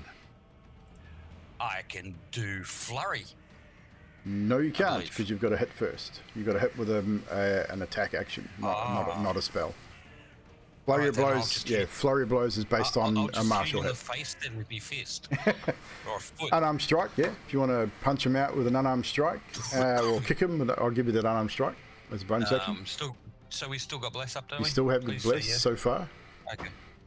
The concentration has not been broken yet. You've done well. 11 to hit. That hits. Just Yay! 6. 6 damage as this creature is kicked in the chest by Skathis, and you hear the ribs crack as you kick forward, and it slumps to the ground in front of you. And that's your Next. turn. Next up is this vampire spawn runs into you, Zadriel. Now you still. How long does your shroud stay up? For an hour. For an hour. So what? Yeah. Does anything take damage as it enters it, or? No, it's just anything in 10 feet has 10 feet deducted from their speed. That's Okay, all. so they just reduce movement speed. Okay, cool. Yep. So no disadvantage on the attacks or anything like that? No. Okay, so first attack will be a 25 to hit as it rakes its claws across the back of your neck. 6 slashing damage. Right. And then it reaches in for a bite for 21 to hit. Yep. 6 piercing damage as it sinks its fangs into the top of your shoulder just above your armor, and 6 necrotic damage as well, which is halved for you. So your hit point maximum will be reduced by 3. And that is that creature's turn. Next up, not happy about being moved away from you, runs back into you, Scathus, and makes its attacks back on you. Both bite attacks, this time without the advantage. An 8, which will miss. Second will be a 15. I believe that just hits. No, It doesn't. misses. It misses. Okay, so we're good there. I think you're on a 16. Oh, so it just misses. Nice. I think. Next up, this thing rocks back into you, Karnos, and makes its attacks still at disadvantage because I believe the concentration is still up. Correct. First with a claw attack, 18 to hit. That misses. Riposte. Riposte, sir. And a natural 1 on his second attack. So good when they natural 1 me. 27 to That hit with my hits. riposte. And 7 slashing damage. 7 slashing. It is not looking healthy. You can see the open wounds all over its body. And next up is this guy who rolls on in here and attacks Adok.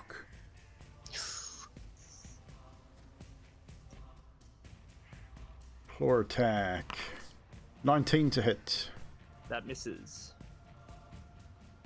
How long does your shield stay up? Complete till my next turn. The next turn. Cool. I keep forgetting about that. 21 to hit. God damn it. 4 points of piercing damage as it bites into your bicep. And you'll take 11 points of necrotic damage as well, which will also reduce your maximum hit points again by 11. Oh my god. Okay. Adok is not looking very healthy there by the looks of it. So next up, I believe that's its turn. Next up is this guy. Where is he coming from? He's going to come into there with all his movement, getting into you, Zadriel. He will make his claw attacks. 18 to hit. Yeah. 8 points of slashing damage. And the 10 will miss, so the bite attack misses. As his teeth, again, you hear the snapping sound at the back of you. Next up is this guy. He is going to roll over this way, heading towards you, Fiddlestep. Not going to quite make it though. This one is going to make it, however, to there. You are now surrounded, Zadriel. And a claw attack. 17 to hit, which I believe misses. But a 20, I believe, hits. You will take 8 points of piercing damage, and you'll need to make a Constitution saving throw as the werewolf lunges forward and bites out at you and catches you on your hand. 21. 21, you're good. You are managing to fight off whatever this thing. Like I said, it's extremely painful, the bite, but not from the bite itself, but something in the wound, almost like an infection, instantly sets in. But you manage to fight it off. Doesn't seem to take hold. Right, back to the top of the initiative. Do we want to take a short break before we carry on, or are you guys good to keep going? Take a break. We will take a short break, ladies and gentlemen. We are at the top of the initiative, so we'll hold that there for the time being. We'll be right back. Don't go anywhere. This is taking way longer than I thought.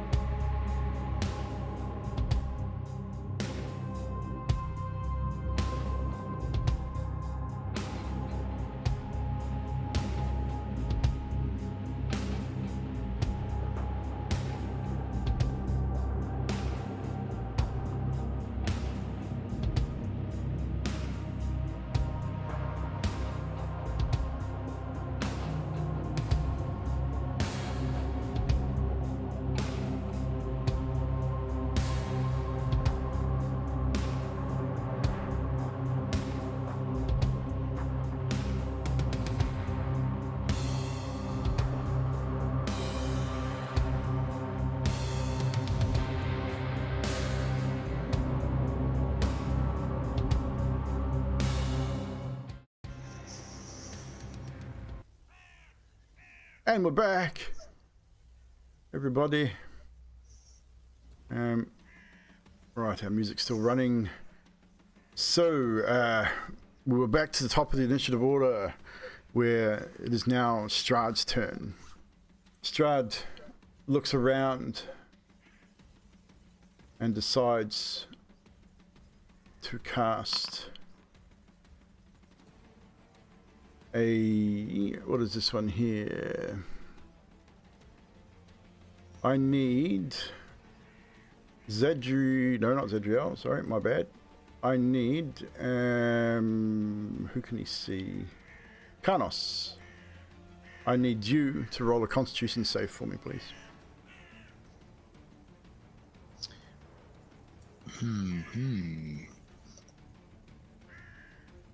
I'm going to use the advantage I have left from magic. No worries.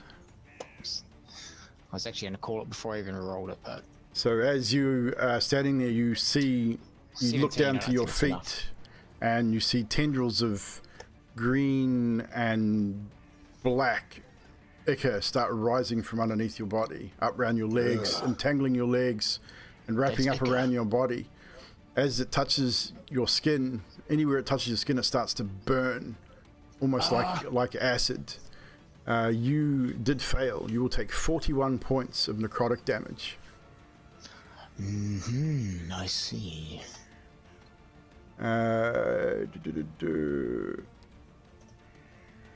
Yes, 41 points. As the energy snakes up over your body and almost consumes you. And a bonus action. And anyone who can see Karnos would just see him drop to his knees, drop his shield and his axe at his feet, and fall flat on his face. So I would say Adok. Zadriel's too busy, she probably wouldn't notice. Skathis probably wouldn't notice either, he's got his back to him. So only Adok would be privy to this information. As you're standing sort of right there, you're more or less facing him with your combatants. Evil, is that spell's not a charm condition or anything like that, is it? No, it was blight. Oh, damn it. Alright, damn it. It's all good. Hoping for something. Next up, I think Strahd's going to bonus action. No, he's going to stay where he is. This creature moves into Fibble. Makes its attacks. Claw attack first. 24 to hit. 7 points of slashing damage, Fibble. Everyone would lose Bless too, because I'm yes. no longer Your concentrating. Bless drops, so remove the Bless condition from your tokens, guys. It will also try and make a bite attack, which will miss with a 9. So everyone loses their Bless. And that is that creature's turn. Adok, is now your turn with Zedriel on board. So Adok, you would definitely see Karnos drop between the two creatures that are attacking you. You sort of look through and you watch him as this energy, you see the energy come up from the ground, this darkened whatever it is, and it just turns almost his entire skin black. Alright, so with that, Adok uses Nimble Escape to once again disengage. Running away Runs like a bitch. Runs 30 feet that way. Run away, little girl, run away. And then he's gonna turn back, and as he's like leaked a trail of blood and coughing up blood, I am going to, at a 3rd level, cast Fireball. Centered here. Cast it. If you cast, I will cast it from your sheet because it'll put template up for me. But you roll your damage on your end. Okay. Fireballs. So where were you centering it? 36. Ping that again. So it's 40 total damage, centering it here. Okay. At 3rd level? Mm-hmm.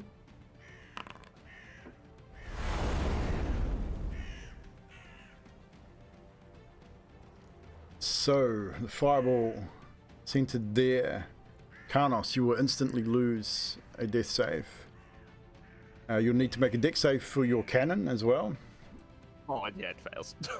Okay, so what is your damage on that? 40. 40. So is your cannon still up? No, it I disintegrates. will remove that, not a problem. So first saving throw. What's your DC? DC is... Shit, I probably should have had a look at that. First 16. one was a natural 20 for this one. 16 dex, yeah. So that's This half one. damage. 21. This one. Fuck. 19. And this one. 26 with another natural 20. Holy crap. I want to reroll. Can I get that? So the cannon is destroyed. These guys all take half damage. So what was the damage again, sorry? So it's 40, so it's 20. 20 damage. They still take a fair amount of damage. I mean, oops. Take damage. Don't move. You got a couple that are looking pretty rough now. These others take the damage and they're burning. They're not screaming in pain. I mean, they're undead. They don't really have pain anymore. So we've got some advantages given out. So Revan's given an inspiration to Karnos. Revan has given a advantage to the DM. Oh, Revan, you're not going to like that. I mean, people aren't going to like that one.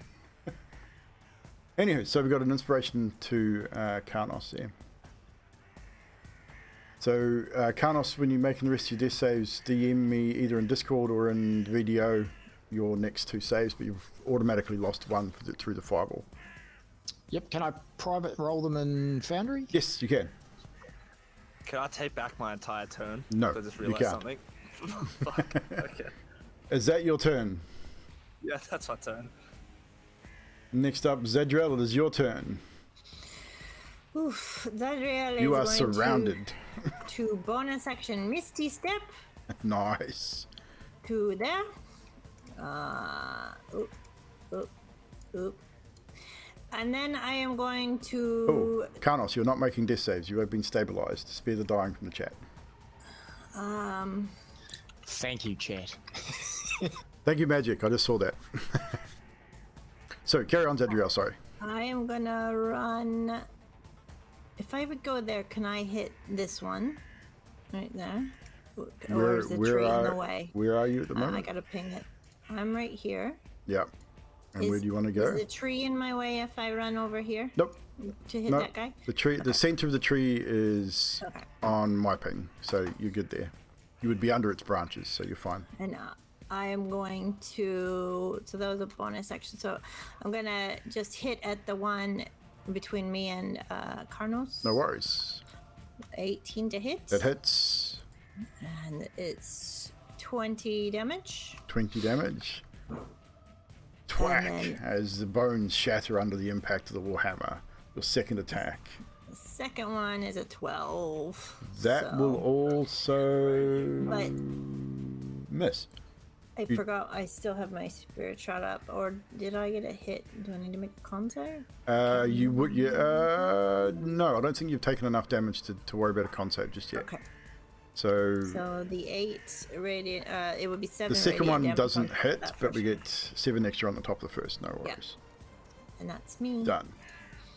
It is now looking bloodied also with that attack. Karnos, it is now your turn. You are unconscious but stable, so you're fine for the time being. As maybe the DM has reached out and granted you a boon in the guise of Twitch chat. And in my unconscious dreaming, I'm like, well, the DM's a great god, but I've heard about this god called Magic the Gamer. Indeed. With that, Fibble, it is now your turn. You have a creature with you right in your face. Yeah, same as before. Double shot to the head. Double shot With of the- Firebolt. No worries. Go for it. Fireball. Ooh. No. Yeah, okay. So 11 will to hit. miss. And son of a bitch, 14. 14 will also miss. Point blank range, even struggle. This creature seems to move with unnatural speed. Manages to dodge both your attacks. Of course. D&D Beyond screws me over now. And then use my disengage to move. Okay, so your movement, because you're still hasted, no problem. I can move. Ooh, excellent. I can actually do that. I am going to move right to there. No problem. You move. The creature that's does attempt to swipe at you, but just cannot connect because you're just way too quick at the moment. Fast little gnome. Get that little twinkle toes going. Next up is this vampire spawn here, and it is, since you're there, it's going to attack you, Zadriel, as its previous quarry has run away. 21 to hit. It hits. 8 points of slashing damage. 25 to hit for the second as it slashes out with its claws and does 9 points of slashing damage. I am down. And Zadriel collapses into an unconscious state, which removes your concentration, so your little aura doofer is gone as well. So you can mark yourself as unconscious. You can either private roll your death saves in Foundry or manually, whatever, and DM them in Discord, up to you. This creature's turn over here. It is going to move into you, Skathis, as you're its closest target, and makes its attacks on you. Claw attacks, 2 of 14 to hit, which I believe misses. Second will also miss with a 10. Lucky. Creature seems to just not be able to find its target at this point. With that is now your turn, Skathis, as this creature has just surged forward and joined its companion.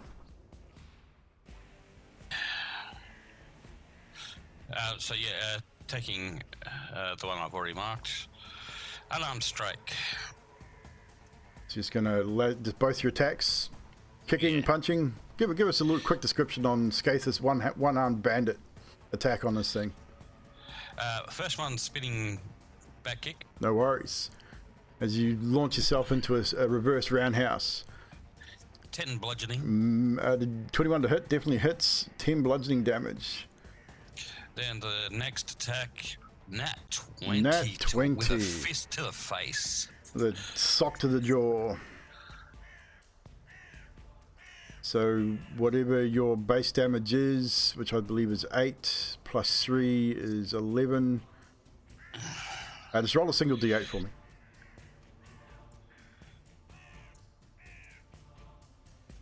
So that'll be 14 points of bludgeoning damage.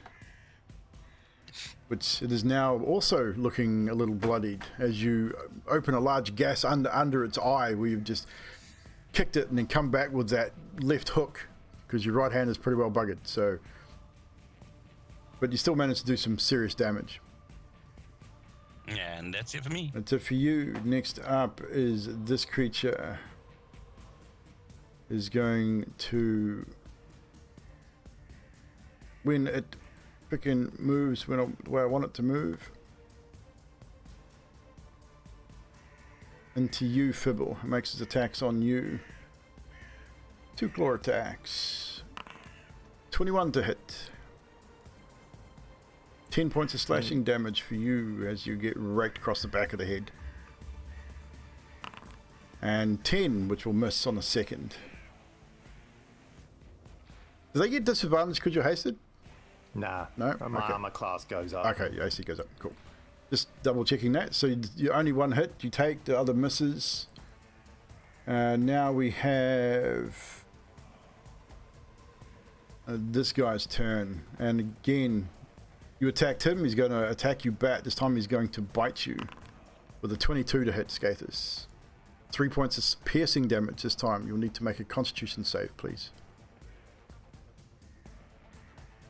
Let me check something here. No, you're just out of range for that. So that'll be a failure. Yeah. Okay, I'm just going to make note of that. and a natural 20 on the second attack. So you will take, luckily for you, they were both low rolls on the damage dice, so you'll take a further 13 points of slashing damage.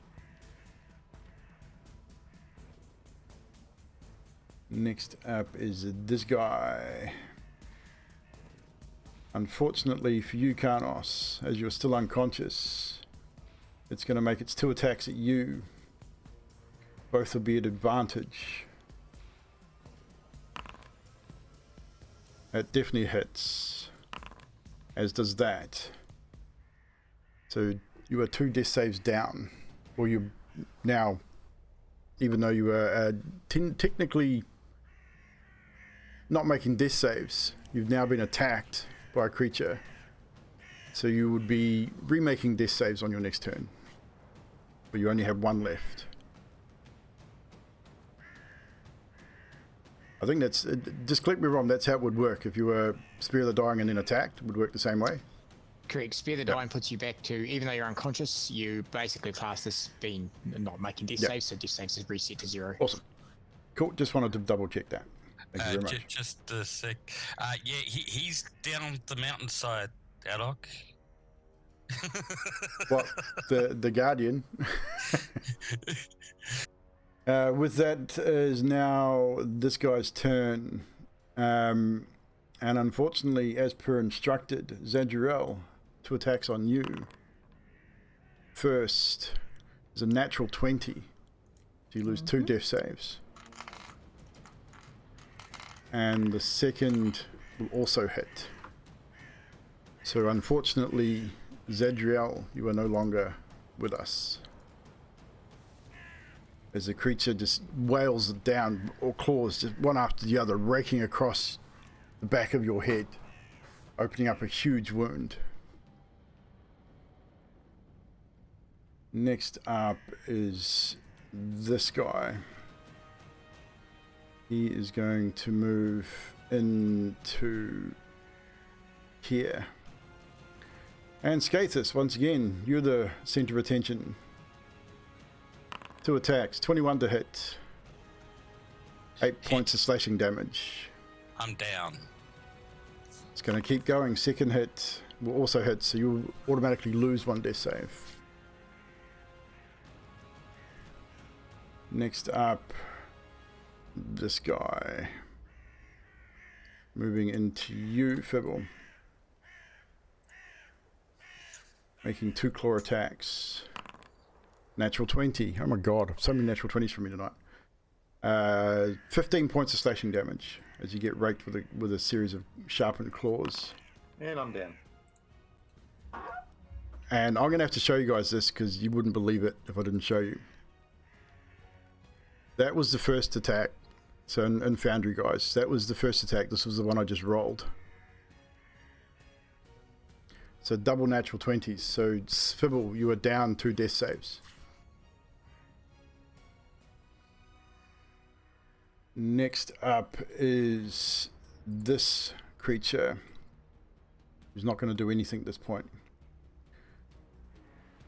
Back to the top of the initiative with Strahd. He moves forward to here. Surveys the area. Sees you, Adok.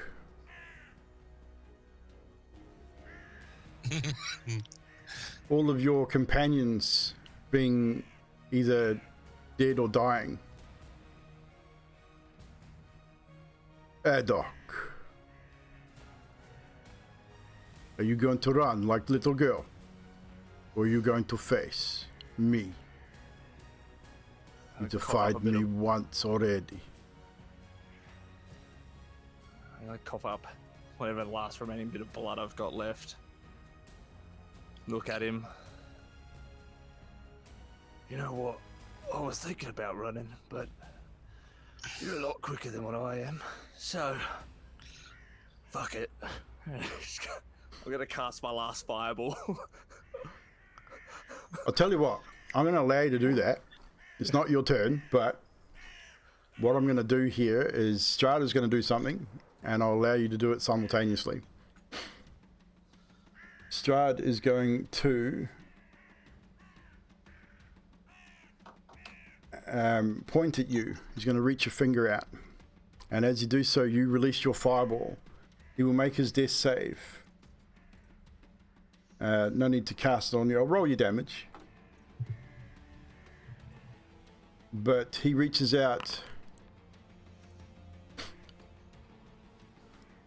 takes the 7's not your that's not your damage for your fireball, is it? No, it's because I've got the arcane firearm. Okay, so you're adding extra damage. Okay, so what's your total damage? 26. 26. It's pretty I'll low. roll his save, although it's probably Once. not entirely necessary here. But he saves with a 25, so only takes half damage. But as he reaches out, I need you to make a Constitution saving throw, please. 24. You succeed on your saving throw, but unfortunately for you, I don't think it's really going to matter.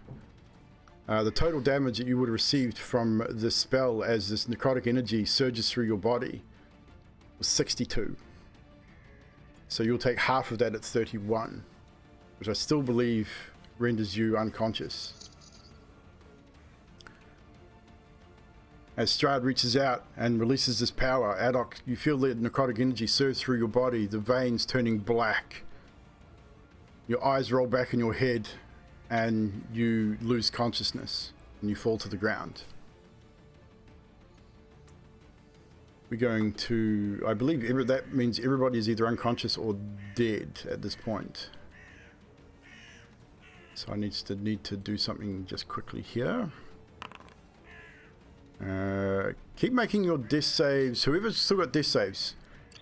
We'll go through the initiative order. So Karnos, are you still making death saves? You got one death save or successful failure. So you got a death save to make. Do you succeed? Well, if you have a look at the bloody pool on the ground, I would say, not. okay, you do not. Next up is Fibble. Make your death save, please. It's a con save, isn't it? It's just a death save should be on your sheet. It's just a D20, DC of 10. Sorry. 20. I'm gonna roll it. Yes, it's And just 17. 17. So you're good. You're still unconscious. Skathis, a death save from you.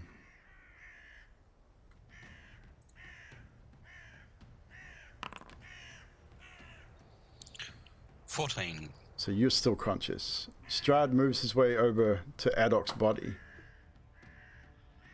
Before doing so, he would have walked around and picked up the sword that he dropped. Walks over to Adok's body. Grins. And just plunges it into your chest. Which would unfortunately kill you. As he would probably do it repeatedly, because he really doesn't like you guys right now. I mean, not like he's not uncontrolled. Like it'd be very controlled. He knows that he wants you dead. So Adok, you are also deceased.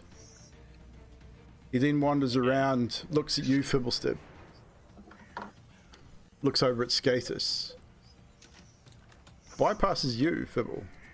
Walks over to Skathis. Looks at the werewolves and simply says, Strigoi. And the werewolves just dive on top of you, Skathis, and just rip you to shreds. Limb from limb. Guts all over the place. You are also now deceased. He stands over your body, Fibble, for probably an unusually long time. So I'll get you to make another death save for me.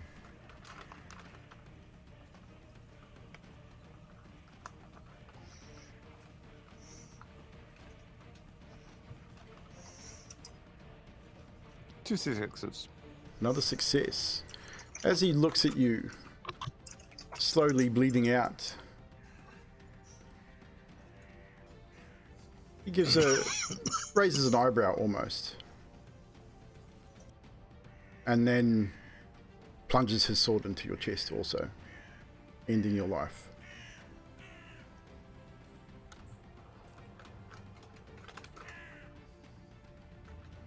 Unfortunately, that means we are out of initiative, and all of you have succumbed to Strahd's forces. So we will stop our music there for a moment, and we are going to change our music. I'm just gonna click the menu button and reload and realize, oh fuck, the last save I made was way back in like the town before they even destroyed. Why did I not save after that point? We're going to stop our raven. We're going to stop our ravens, and we're going to go back to our menu music here. We're going to remain on the scene, however, for just for a little while. As Strahd surveys the battlefield, the bodies of yet another adventuring group that he has brought to his lands and defeated with without prejudice. He looks around and eventually walks over to your body, Karnos, and simply almost quips, almost like a monologue. You are worthy adversary. It is pity you did not make it to the castle to fulfill your bargain. Maybe someone else will be as good as you. Perhaps. And then he turns and motions to the werewolves, who essentially pick up your guys' remains and just carry them off into the forest through the mist. And as they disappear, so do the vampire spawn, walking off into the mist. Strahd stands there for quite some time. Maybe he's contemplating what has happened.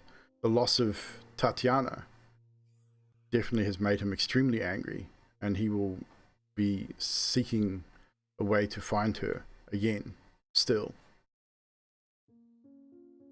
Eventually, the mist starts to swirl around his body, and he eventually disappears. We then fade to a slightly different scene. This time we see the castle looking out over the village of Barovia. Camera pans over the village, people milling about, not many. In the darkness, the dreary evening as it starts to take hold in Barovia. The house in which you first entered, seemingly still there, even though it had been destroyed when you were there. Moving northward across the land, the mist holding thick across the hills and trees of the Barovian mountains and hills and forests. The windmill, standing proud as it was when you first found it. Moving further north still, bustling city, township, if you will, of Vallaki, seemingly as though you'd never been there. The townsfolk, dim and dreary as ever. The wicker sun being recreated all over again, as if nothing had happened. This place of Barovia, it seems, is a magical place. A place of darkness and a place of death. As one by one, as the midnight bell tolls in the churchyard of Barovia,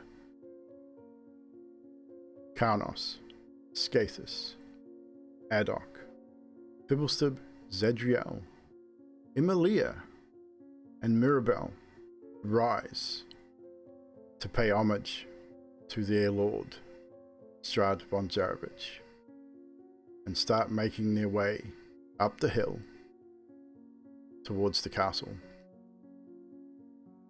Reunited in death, it seems. And that is where we're going to end our story for this evening, and the story of 7 heroes, in fact, that endeavored to save a country, a nation, people, but were bested by a supernatural being. And not like this. But that is it for us, guys. It had to end sometime. I really thought you guys would do a whole lot better against Strahd. I really did. But my God, my rolls tonight were on fire. I do not believe the amount of natural 20s I rolled in that fight. That was crazy. That's the best I've ever rolled in any battle we've ever had in this campaign. A few natural 20s on your guys' side as well. But thank you guys for joining us. Thank you for the players for joining this campaign as well, and being a part of another D&D story. I can't lie, I'm a little sad to see the end of this campaign. It's been a lot of fun, but obviously we had to end. Alt F4, Control Alt Delete, restart, reboot. So we have got a few minutes before I know Baz really probably has to take off. So we will get some moments from tonight's session, as much as it was pretty much a battle for the entire session, and it ended tragically. Any moments that stood out for the chat as well, put them in the chat. Next week we will come back on Wednesday night as well, and we will we'll bring Emilia back. Nutty, if she's available, we'll bring her back as well. And we'll sit down and have a chat about the session, about the campaign, about backstories and all that kind of stuff. Any questions you guys in the chat have about the story and where we went, how we got there, and for players as well, 100%. A massive "you died" pops up. I was tempted to put one in and pop it up on screen, but no. I could play something. I've got something here. I've got a command here I can play, which is generally for me, but we can play it. Is it going to play? No, it's not going to. It's not on this map. You might. So, Baz. Oh, there it is. We got the tolling of the bell. Chat will hear it, players won't. But so Baz, a moment from you, if any. I'm not sure if there was any tonight because of the combat. So, I mean, we can take a moment from combat, sure. I actually think the protection that Adok put on Carlos, which is pretty much most of my interaction tonight was either with the enemy or with Adok. There wasn't much interaction with the rest of the crew. Yeah. But the protection he put on me through the holy water and that was handy. To begin with, obviously, it was handy. Then then it wasn't so handy after he burned it off with a fireball. Definitely. Anything else that stood out? Look, since it's the last episode, I'm thinking the whole campaign. I think the big standout for me for the whole campaign would have to be... man, that's a tough one, but I put it on myself, didn't I? You did. I mean, now I'm going to pose that question to everybody just to screw you everyone. I've got it, though. I've got it. Is Adriel head smashing multiple parties? I feel like that stands out the most. That became canon right from, I think, the moment you guys entered Vallaki. It became a thing. So, definitely. Yeah, so, and just everyone well played as far as like the story. The role playing of the characters for me was one of the best things. Just having fun with all the other players in role play moments. Yeah, I agree. The role play for the entire campaign has been top notch from everyone, including Trash. I mean, Trash started very quiet and just moved and got better and better as we got through. There's some really cool moments from there. Only because he was made to talk. Jeez. But that's the idea. I mean, we're going to keep doing that with all your characters. You realise that. So, Scathus, a moment from tonight, if any, and any standout moment. Like, try and find sort of one standout moment from the campaign, if you could. It's not easy. But. Well, for tonight's episode, what the fuck were you thinking, Adok? Fireball, really? It's what I think it's what Adok would have done. I mean, he was shit scared. He's going to use the biggest spell he's got in his arsenal. I can explain to you when it gets to my turn. If you want. Indeed. Anything else? Yeah, that that episode. As for the entire campaign, the horse breeding. Yes. His obsession with breeding horses in Barovia. Yes. Indeed. That's it. We'll go to Adok next. We'll go down the line. We'll go that way. Okay. I'll answer Trashy's question because he put me on the spot. All right, so Karnos was already unconscious, so didn't have to worry about that. Majority of the vampire spawn were bloody, so less than hit points. If they all failed the dex saves, average damage of a fireball would have potentially been enough to obliterate all of them. It would have been pretty. They would have been all on the verge of death. Probably not quite dead with the damage you had, but yeah, pretty close. And then next round, go up, heal Karnos, bring him back up. That was my plan. Didn't go to tuition though. The best laid plans don't often always work, unfortunately. They all succeeded the dex saves, so that all but one, and they all succeeded with over 20. I couldn't believe it. Yeah. But then I realized I had web, which I probably should have used that instead. That served you guys so well in the past. I mean, I don't know. I fucked up big time. I was surprised that y'all didn't use turn undead on the vampire spawn at least. Because that could have changed it a little bit too, I think. Adok was shitting in his pants. That's why 100%. Forgot about I was on 3 hit points. I was thinking, I'm not doing great. Yeah, Adok was targeted pretty well off the bat too. So I think everyone sort of you spread out a little bit and you got yourself surrounded, which gave me advantage on most of my attacks. So. But to skip forward, a combative moment that I will take. I really liked Zadriel's explanation of Spirit Shroud. Oh it's yeah, a really that was cool ability, and I just thought I don't think anyone's ever used it in a campaign that I've had before. So. But it was super cool. The one thing I was wondering was where was Fibblestib's owl the entire time? On his shoulder, probably. Yeah. I mean, the owl didn't really do a whole lot. I mean, to be fair. But no, it was cool. I enjoyed it. It's a good ride. I'll save my campaign notes for the next session though. Yeah, that's what I'm gonna do. Definitely, no worries. Fibblestib, the mad tinkerer of the group.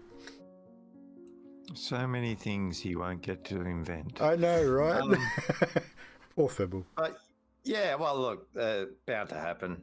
You know, it's stacked against you. It is. Curses, right? It is 100%. I'm actually really surprised that we got as far as we did. I think you guys did really well, honestly. And killed as much as we did, and pissed Strahd off as much as we did. And the in-house fighting and yeah. That's the other thing. Like we weren't exactly the most. No. Yeah, you weren't overly friendly with a lot of NPCs either. A lot of the time, so I'm surprised they brought it on themselves. I'm surprised you gained any allies at all. To be fair.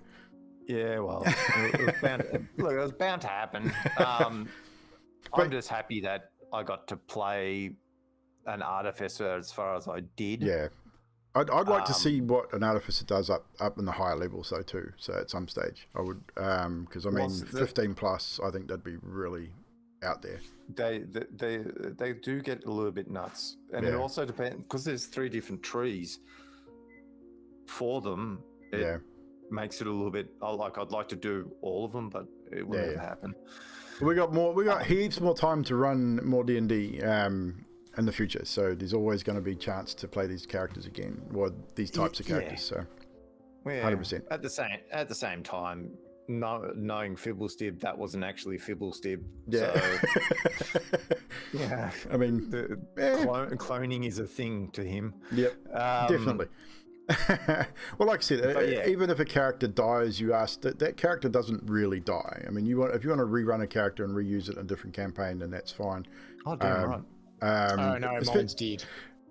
I'm the same. I was going to say I generally run the same way. If a character dies, it's dead. I don't generally run it again in another campaign unless there's a reason why potentially that would come back. But I don't care. But in saying that, if we decide to run Strahd again with a different DM and different players, then the March of the Dead would feature these characters again at some point. So True. I just want to say, if you need a goblin merchant, I'm open for cameos.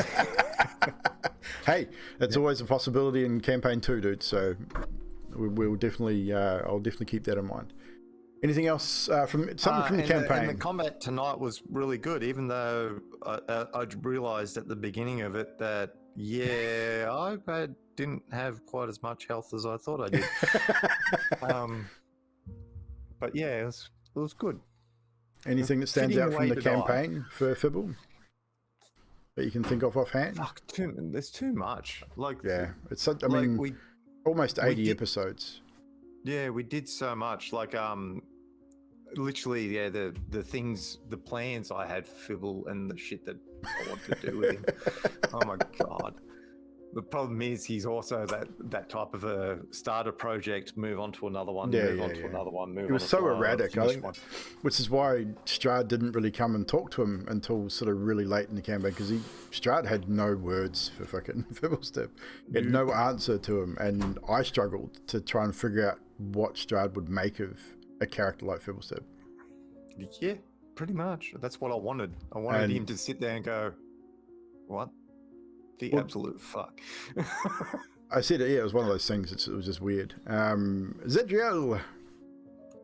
Ooh, I liked all the reactions, the riposts, the shields, all those. There was a lot of those tonight.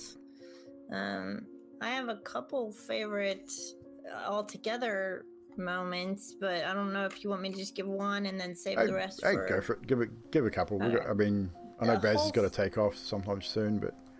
The whole first episode where we all met, that was my favorite. That stands out in my mind too. The role play in that session was great. I think everybody did so well. Like Fibble and Zadriel's entrance into that bar was like, whoa. The cow. Yeah. Haddock and Fibble always trying to rebuild Carnos's bits. And his balancing act, always balancing, and thank you for drinking all my wine. And then Mr. Sticks the bear, I loved, and Haddock always taking Carnos's coins was one of my favorites. Anything that stood out from tonight in particular? Tonight, I really like that bloody mud, but it looks really cool, doesn't it? It does look really. I mean, the death one and the bloody one looks awesome. I think it works so well.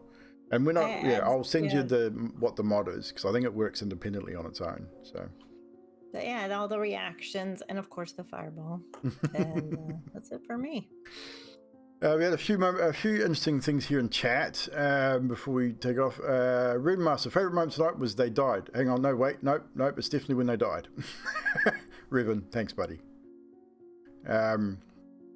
We had Emilia may have been one of the only people not to get killed by a head smash. True, but you definitely felt the blunt end of that instrument quite severely. I was hoping you were going to get to revive me, but no, what the fuck? That's from Drax. It was in the cards. It was definitely on the cards. Drax again. Well, now it's over. I can say I never meant to hurt Strahd. I just didn't know how to do it without the party knowing that I didn't want to hurt him. Okay, well. But yeah, so chat, if there's any questions you guys are going to have for either me or the players, come and see us next Wednesday night. We will do our sort of little bit of an epilogue. I'll give probably a little bit more information on the ending of the module and what potentially happens at the end of it. I mean, we had a little bit of it tonight, but we'll read off a little bit more from the module itself. For the start of the session next week. We will invite Emilia and Mirabelle back next week as well to be involved in the call, where we can get some moments from the players. So players, if you need to do some research, it's all on YouTube. If you need to refresh your memories and things like that. I'll catch you later. No worries, buddy. See you guys. Thank you. So yeah, so definitely come back and see us on next Wednesday for that. And as I say, any moments that you guys can think of in the chat as well, from things that stand out for you, either DM me in the Discord, put them in the chat on next Wednesday night. Questions for the players, questions for me. We'll go over the backstories of all our characters, as we did with Campaign 1. So we'll get everyone to sort of fill in the blanks of backstories for the viewers and for the other players too, for their characters, and then we'll just have a chat about the campaign as a whole, and again pick out some moments, whether we do it should only maybe be an hour and a half. I don't know if it'll go the full 2 hours, but we'll see. So Cam, you better get ready for yours now. Yes, so exactly. So in saying that, Mr.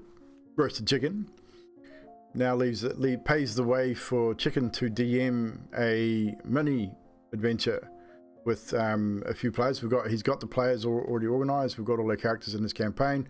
Obviously, we need to get together at some point and have a little bit of a talk about what's happening, how we're going to set it up. You and I will need to touch base because we'll run it on a Wednesday night. Because we'll need to touch base whether you want me to stream it from just my perspective as a player, or whether you want me to have we set up the whole DM view, same as what I've got set up on mine. So, which I can do as well, and I can stream that. So we'll sort that out at some point. That is set in what? Give us a quick rundown. Where is it set? Don't give anything away, but where is it set? How many players have we got? Okay. It's set in Wildermount. I believe the maximum amount of players that I have at the moment is 6. I mean, open to cameos, little people popping in now and then.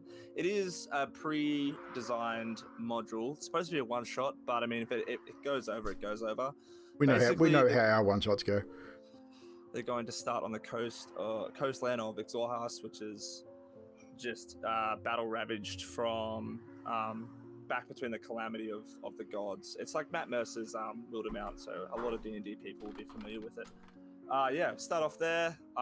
These guys are all starting off on a boat, because I just thought I want to start off on a boat, even though that's not what the module sets it in. So I still have a rough idea of how we're going to get to the start, but I don't know. Yeah, I'm just excited to put on the DM hat and probably get a shit ton of stuff wrong. We all get it wrong, dude. It is what it is. Players, DMs alike, we all make mistakes. And you've got a good bunch of players that'll sort of just roll with it anyway. So those that don't know who Wildmount or where Wildmount is, or your house, whatever it is, Critical Role. Set in the Critical Role world. So I think it's Exandria. Yes, that is the world. Yeah. But should be fun. I haven't told a lot about the players about what the module is or what's happening, because I think it's cool if you guys literally have no idea. All that they know is they have each individual reasons for why they're on the boat, where the boat's going, all that kind of stuff. But as from what happens that point onwards, they have no idea. Awesome. So definitely looking forward to that. So keep an eye on the Discord for information based around that. Obviously, Cam will get hold of the players and give them the information they need, and we'll get together and sort that out.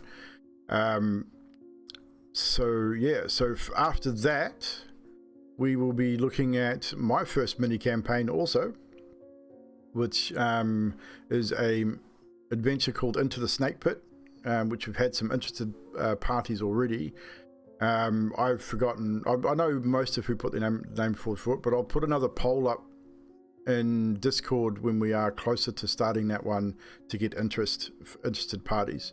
So keep an eye out in the polls section of the Discord for when that poll becomes available, and express your interest in being a part of the mini adventure. I'll be looking for a maximum of 4 players, but doesn't matter who expresses their interest. If we get more than 4 expressing an interest, I'll put everyone's name into a roll table.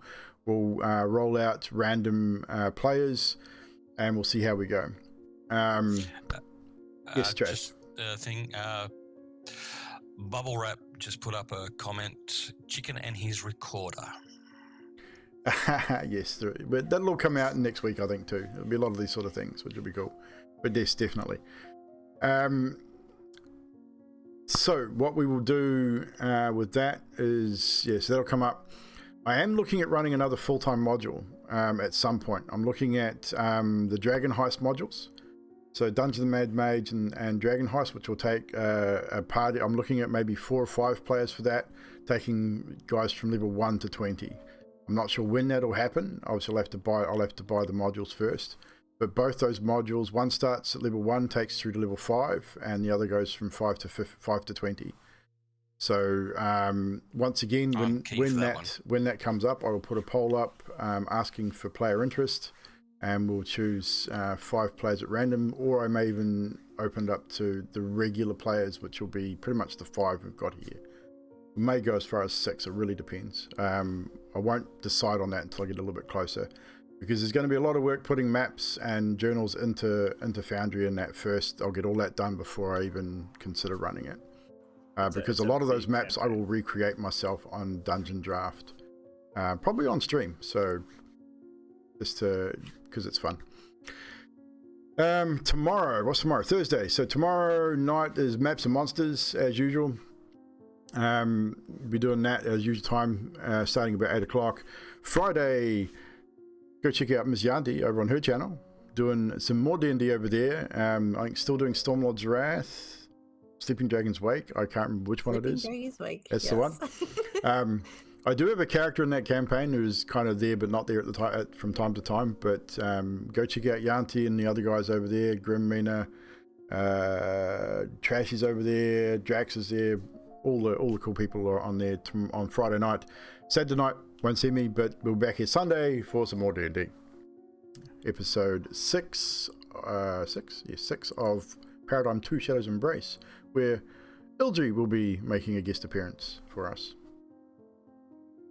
So I believe we should probably raid then and get the hell out of here, because I'm really hungry. Turn that off so I can see who we got to raid. So again, chat, make sure hit the follow button if you're not already following. Smash the sub button if you can. If you can't, no drama. I don't really care. No one's here for subs. Who are we going to raid? Should we raid a D&D channel or a friend? Because Era's on. What do you guys reckon? I reckon. Look, friends are good, but I think keeping the D&D spirit is alive. So we've got Lost Archives, we've got GM Workshop. Lost Archives we normally raid. They have been running for an hour and a half. Alright, we'll raid them then. Cool. Easy. Done. So Lost Archives we will raid, guys. If you are not following them, please do. Make sure you click on their channel to be a part of their channel, not just hang out in mine.